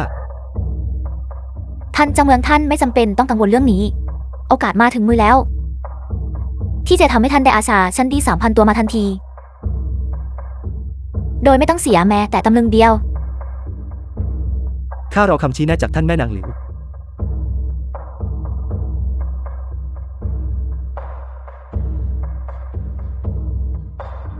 ท่านเจ้าเมืองท่านยังจำค่ายชิงเฟิงได้หรือไม่ ข้ากำลังวางแผน เมื่อเกราะและอาวุธสำหรับองครักษ์วางพร้อมแล้ว จะกวาดล้างพวกโจรรั่วเหล่านั้น ค่ายชิงเฟิงอาจดูเหมือนเป็นเพียงโซนภูเขา แต่แท้จริงแล้วพวกมันคือไส้ศึกของตระกูลโจ ไม่เพียงแต่ฆ่าฟันและปล้นสะดมให้ตระกูลโจ แต่ยังมีเรื่องที่ลับกว่านั้น เรื่องอะไร พวกมันกำลังลักลอบขนอาวุธระหว่างเหยียนโจกับทรราชเชาเพื่อแลกกับอาชาศึก ต้าฮั่นมีกฎหมายเข้มงวดห้ามลักลอบขนอาวุธให้ทอนราชเฉานั่นเป็นความผิดโทษประหาร ข้าปรารถนาจะกำจัดค่ายชิงเฟิงมานานแล้ว และตอนนี้มันยิ่งจำเป็นกว่าเดิม ในสายตาข้าเรื่องนี้ไม่เรียบง่ายถึงเพียงนั้น ค่ายชิงเฟิงก็เป็นเพียงกลุ่มโจร พวกมันจะไปหาเกราะและอาวุธเหล่านั้นมาจากที่ใด ค่ายชิงเฟิงเป็นของตระกูลโจ และโจคังก็เป็นลูกเขยของตระกูลหยวน เรื่องราวที่นี่ลึกซึ้งยิ่งนัก จุดประสงค์ที่ข้ามายังเมืองฉือถง ก็เพื่อเรื่องนี้โดยเฉพาะ The ใน film เมื่อ was ข้ามีความคืบหน้าบ้างแล้ว translated and narrated by M Media. แต่ข้ายังไม่มีหลักฐานมัดตัว ข้าพบว่า ในอีก3 วันค่ายชิงเฟิงจะอยู่ที่จุดนี้ เพื่อแลกเปลี่ยนอาชากับพ่อค้าของทรราชเฉาเมื่อทั้ง2 ฝ่ายมาพร้อมหน้า หากเราจับได้คาหนังคาเขา ไม่เพียงแต่ท่านเจ้าเมือง จะมีเหตุผลในการกำจัดตระกูลโจที่เป็นเสี้ยนหนามของท่าน แต่ท่านยังอาจได้หลักฐานมัดตัวตระกูลหยวนอีกด้วย นั่นเป็นโอกาสที่ดี อย่างไรก็ตาม สำหรับข้อมูลสำคัญเช่นนี้ เจ้าต้องการสิ่งใดจากข้า ข้าไม่ชอบการที่ควบคุมสิ่งที่อยู่ในมือตนเองไม่ได้ อย่างที่ข้าเคยกล่าว หอเทียนเซียงและท่านเจ้าเมืองต่างฝ่ายต่างได้รับสิ่งที่ตนต้องการ หากท่านถอนรากถอนโคนตระกูลโจได้ ผลประโยชน์ของตระกูลหยวนย่อมสั่นคลอน ซึ่งนั่นคือสิ่งที่หอเทียนเซียงต้องการเห็น ดีมาก เช่นนั้นก็ถือเป็นพันธมิตรที่น่าพึงพอใจ แทงฮดแทงฮดแทงฮดแทงฮดแทงฮดแทงฮด ฝ่าบาท คารวะท่านเจ้าเมือง ไม่เลวเป็นอย่างไรบ้าง เมื่อพวกเขาได้สวมกอของกรมสรรพาวุธ ขวัญกำลังใจของทหารก็ฮึกเหิมขึ้นอย่างแท้จริง ในการล่าสัตว์ฤดูใบไม้ร่วงของทรราชเฉานี้ ข้าจะทำให้พวกมันต้องชดใช้อย่างสาสม มันดูแตกต่างไปเลยเมื่อสวมใส่ มันพวกเขาดูสง่างามขึ้น ครั้งนี้ข้าต้องการให้องครักษ์ส่วนตัวของข้าเคลื่อนพล จะล้อมปราบกองกำลังของทรราชเฉาหรือ ให้ข้าไปเถิดท่านเจ้าเมือง ข้าต้องแก้แค้นให้ได้ เป็นตระกูลโจ ม้าศึกของทรราชเฉา 3,000 ตัว หากเรายึดมาได้ เราจะสามารถจัดตั้งกองทหารม้า 1,500 นาย ข้าได้ยินมาว่าค่ายชิงเฟิงอ้างว่ามีกำลังพลถึง 2,000 คน หากทอราชเฉาให้การสนับสนุน กำลังพลของพวกมันย่อมมีมากขึ้นไปอีก เจ้าต้องการคนเท่าใดจึงจะกวาดล้างพวกมันได้สิ้นซาก ทหารกล้า 2,000 นายนี้ก็เพียงพอแล้ว ข้าจะให้คน 4,000 และเวลา 3 วัน พร้อมชุดเกราะและอาวุธอีก 2,000 ชุด 2,000 ชุดหรือท่านเจ้าเมือง ข้าจะจับพวกมันทั้งหมดในคราวเดียว เจ้าห้ามประมาทเป็นอันขาด เจ้าและหลี่ชางต้องวางแผนเรื่องนี้ให้ดี เมื่อถึงเวลาจงลอบออกจากเมืองภายใต้ความมืดมิดแล้วมุ่งหน้าสู่ด่านชิงเฟิง แล้ววางกำลังซุ่มโจมตีที่นั่น รับคำสั่งท่านเจ้าเมือง ท่านแม่ทัพท่านเจ้าเมืองไปที่สาลาทินเซียงก่อน แล้วจึงไปที่ค่ายเหนือ ฮอเทียนซิงแห่งนี้กำลังสืบเรื่องของเราจริงๆด้วยท่านเจ้าเมืองไปที่ฮอเทียนซิงแล้วต่อด้วยค่ายทหารเหนือคงต้องเป็นการโดนผลแน่ท่านเจ้าปริชาท่านแม่ทัพตราบใดที่เราปล่อยข่าวอยู่เราก็สามารถถอนรากถอนโคนเซซิตในค่ายชินฟงได้และเราพวกมันเข้าสู้กับดักของเราดังนั้นเจ้าจงส่งคนไปเฝ้าค่ายทหารเหนือไว้และสืบให้รู้ว่ามีทหารออกจากเมืองไปที่ไหนข้าจะให้คนไปซุ่มโจมตีที่แดนชิงเฟิร์มเพื่อสังหารกองกำลังของท่านเจ้าเมืองให้สิ้นซากเมื่อพวกมันดูว่าทหารของตนถูกซุ่มโจมตีท่านเจ้าเมืองจะต้องระบายทุกข์ใส่ฮอเทียนซิงอย่างแน่นอนรับบัญชาคนผู้นั้นได้เข้าไปในชนตระกูลโจและหลังจากนั้นเขามีคนออกมาอีก2-3 คนและป้วนเปี้ยนอยู่แถวค่ายทหารเหนือทั้งแต่นั้นมานายท่านเรื่องนี้ดูน่าสงสัยเกินไประวังจะเป็นกับดัก ตระกูลโจส่งคนไปจับตาดูค่ายเหนือพวกมันมั่นใจได้อย่างไรว่าจะมีคนออกมาจากที่นั่นเรื่องนี้มีพิรุษยิ่งนักท่านระมัดระวังเกินไปหรือไม่นายท่านสายตาของตระกูลโจมีอยู่ทุกเมืองไม่แปลกที่จะมีคนอยู่แถวค่ายทหารเหนือบ้านหากเราพลาดโอกาสนี้ไปเท่านั้นข้าไม่รู้ว่าจะมีโอกาสเช่นนี้อีกหรือไม่ทำไมท่านต้องลำบากถึงที่นี้นายท่านส่งกองกำลังทหารกล้าให้ข้า2,000 นายแล้วข้าจะบุกโจมตระกูลโจโดยตรงและจับตัวโจเข้ามาสอบสวนหากข้าคาดการไม่ผิดตระกูลโจเฝ้าค่ายเหนือเพียงเพื่อดูว่าข้าจะส่งคนไปเท่าใดเพื่อที่มันจะได้วางกำลังของตนเองเช่นนี้เราก็ทำเช่นเดียวกับตอนที่ถูกลอบสังหารและหลอกล่อพวกมันอีกครั้งนั่นคงไม่ง่ายตระกูลโจเคยพลาดมาแล้วครั้งหนึ่งครั้งนี้มันจะต้องจับตาดูเราเหมือนเดี่ยวแน่ข้ามีวิธีจัดการเรื่องนี้อยู่แล้วลี่ช่างส่งทหาร 1,000 นายไปที่ด่านชิงเฟิงข้าจะนำทหารอีก 3,000 นายลอบออกจากเมืองมู่ฟังเสบียงของเจ้าเริ่มร่อยหรอแล้วหรือรับทราบคืนนี้จงส่งคนไปที่คลังเพื่อขนย้ายธัญพืชข้าจะให้แรงงาน 3,000 คนสับเปลี่ยนกับทหาร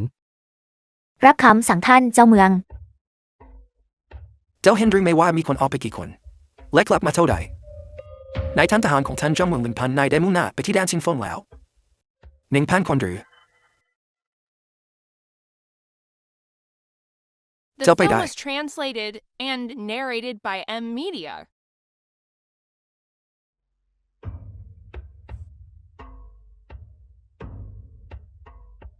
ท่านแม่ทัพทหารทรงกร1,000 นายนั่นมากเกินพอที่จะจัดการกับค่ายชิงฟงของพะแล้วทำประมาณความแข็งแกร่งของตระกูลโจของข้าทำไปแต่ท่านบองใจได้ครั้งนี้กองทหารมาของข้าจะมีนักรบจากตระกูลชาว2,000 นายติดตามไปด้วยสำหรับพวกเขาที่จะจัดการทหาร 1,000 นายนั้นคงไม่ได้ราวกับพิกฟาร์เมอร์ข้าต้องไปที่แดนชิงฟงด้วยตัวเองตรวจสอบให้แน่ใจว่าพวกเขาซุ่มโจมตีได้ดีส่วนเรือซิมกายคนจากค่ายชิงฟงเป็นผู้ส่งมอบท่านแม่ทัพเราควรหยุดการค้าขายนี้หรือไม่ถ้าเกิดเรื่องที่ท้ายขึ้นแล้วการจัดการทหาร 1,000 นายมันไม่ง่ายหรอกหรือโดยนักรบตระกูลชาวของข้าที่อยู่ที่นั่นจะมีอะไรผิดพลาดไปได้อีกอย่างมู่ฝั่งผู้นั้นกองทหารมา500 นายของนานทุกทหารสอบแนม200 นายของข้าสังหารไปครึ่งหนึ่งทหารของทหารพวกเจ้านั้นมันขี้ขลาดกันทั้งนั้นเมื่อเช้ากันมบดักกบฏได้แล้วเขาจะยกทัพลงใต้และกวาดล้างทหารของเจ้าให้สิ้นมันคงแน่ได้ยิ่งนะโจรตระกูลเจ้า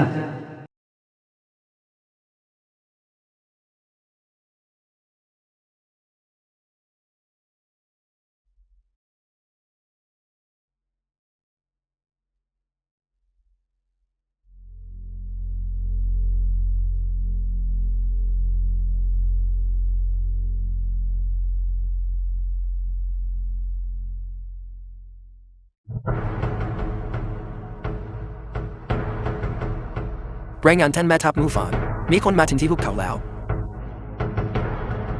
ลงจากเขาไป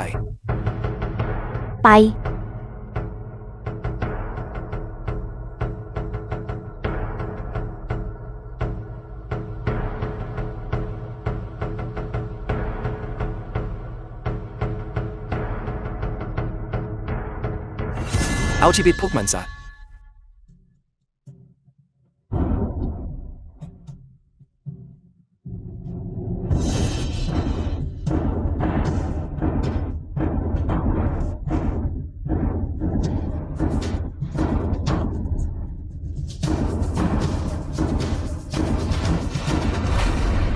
คนดูว่ายังมีใครรอดชีวิตหรือไม่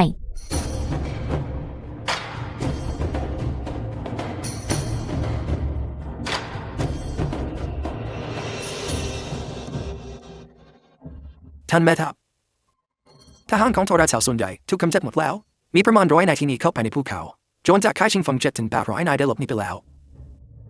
ทำได้ดีไม่จำเป็นต้องไล่ตาม เคลียร์สนามรบ หากมีผู้รอดชีวิตให้นำตัวกลับมา ท่านแม่ทัพครั้งนี้สะใจจริงๆ เราไม่เพียงแต่ล้างแค้นให้พี่น้องของเราได้ แต่ยังสังหารคนของโทราเฉาไปได้กว่า 1,000 นาย ทำได้ดีไปกันเถิด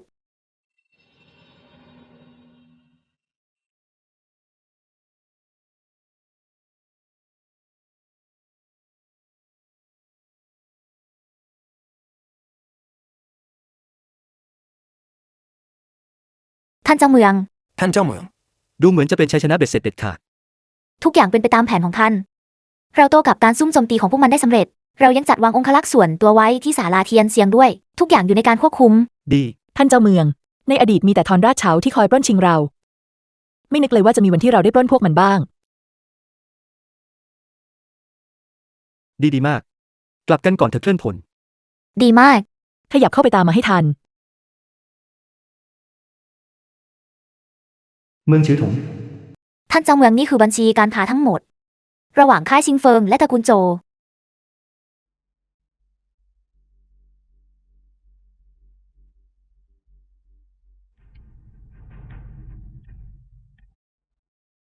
บัญชีการค้าของตระกูลโจกับพวกมัน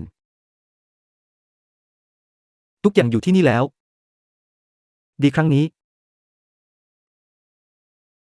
เจ้าทำงานหนักแล้ว น่าเสียดายที่พ่อค้าของทรราชเฉาฆ่าตัวตายเสียก่อน และเราก็ไม่ได้จับตัวคนสำคัญจากค่ายชิงเฟิงได้เลย พวกนั้นเป็นเพียงเบี้ยล่าง อย่าได้โทษตัวเองเลย โจคังเป็นคนรอบคอบข้าให้คนไปสืบมาแล้ว มันไม่ได้ให้คนจากตระกูลโจ หรือตระกูลหยวนไปที่นั่นด้วยตนเองเลย มันเป็นสุนัขจิ้งจอกเท่าจริง แต่อย่างน้อยเราก็ยึดม้าศึกได้กว่า 3,000 ตัว และได้บัญชีรายละเอียดการทำธุรกรรมระหว่างตระกูลโจกับพวกมันมา ๆ ตราบใดที่เรายื่นบัญชีเหล่านี้ต่อฮ่องเต้ ตระกูลโจจะต้องถึงคราวพินาศทว่าข้ามั่นใจเรื่องหนึ่ง ตระกูลโจตระกูลหยวนและตระกูลเฉามีเรื่องไม่ชอบมาพากลอย่างแน่นอน ข้าให้โต้หูไปที่จวนตระกูลโจ เขาติดตามชายหนุ่มคนหนึ่ง จากจวนตระกูลโจไปยังด่านชิงเฟิง และจากด่านชิงเฟิงไปจนถึงทุ่งหญ้า จนกระทั่งเขาถูกคนของทรราชเฉารับตัวไป โต้หูจึงได้กลับมา ทรราชเฉาสังหารราษฎรแห่งต้าฮั่นของเรา ตระกูลโจและตระกูลหยวนไม่เพียงแต่ไม่ร่วมมือกันต่อต้านศัตรู แต่พวกมันยังขายเหล็กและสินค้าอื่นๆให้แก่ทรราชเฉานี่มิใช่การกระทำที่ช่วยเหลือศัตรูหรอกหรือ แม่ทัพผู้นี้อยากจะสับพวกมันให้เป็นชิ้นต่อหนัก อย่าได้ใจร้อนไป ในเมื่อเรามีหลักฐานนี้แล้ว เราจะสืบสวนอย่างลับๆ ทันทีที่เราจับได้ขนังคาเขา ข้าจะทำให้โจคังพบจุดจบที่น่าสมเพช ท่านเจ้าเมือง เราได้หลักฐานมาตัวแน่นหนาแล้ว และเราได้กวาดล้างพวกโจรที่ค้าขายกับทอนราชเฉาจนสิ้นซาก นี่ถือเป็นความดีความชอบครั้งใหญ่ ผู้น้อยเห็นควรว่าเราควรยื่นฎีกา เพื่อทูลขอรางวัลจากองค์เหนือหัว ราชองค์การมาถึงแล้ว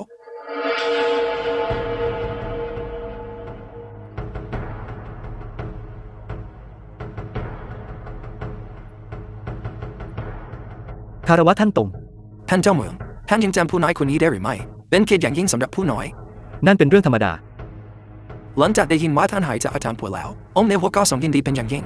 พระองค์จึงส่งผู้น้อยมาที่เมืองชื่อถงโดยเฉพาะเพื่อประกาศราชองค์การแก่ท่านเย็นทรงรับพระราชองค์การด้วยอำนาจแห่งสวรรค์องค์จักรพรรดิมีพระราชองค์การว่าพระคุณเจ้าแห่งเมืองชื่อทำสมคบคิดกับศัตรูต่างแดนเป็นการกบฏครั้งใหญ่คิดจะชิงอำนาจไล่ดิบลามฝ่ายเด่นจะลงขันพวกมันร่วมกันจงประหารพวกมันเสียทันทีจึงมีพระราชองค์การมาที่นี้ ผู้น้อยขอน้อมรับราชองค์การ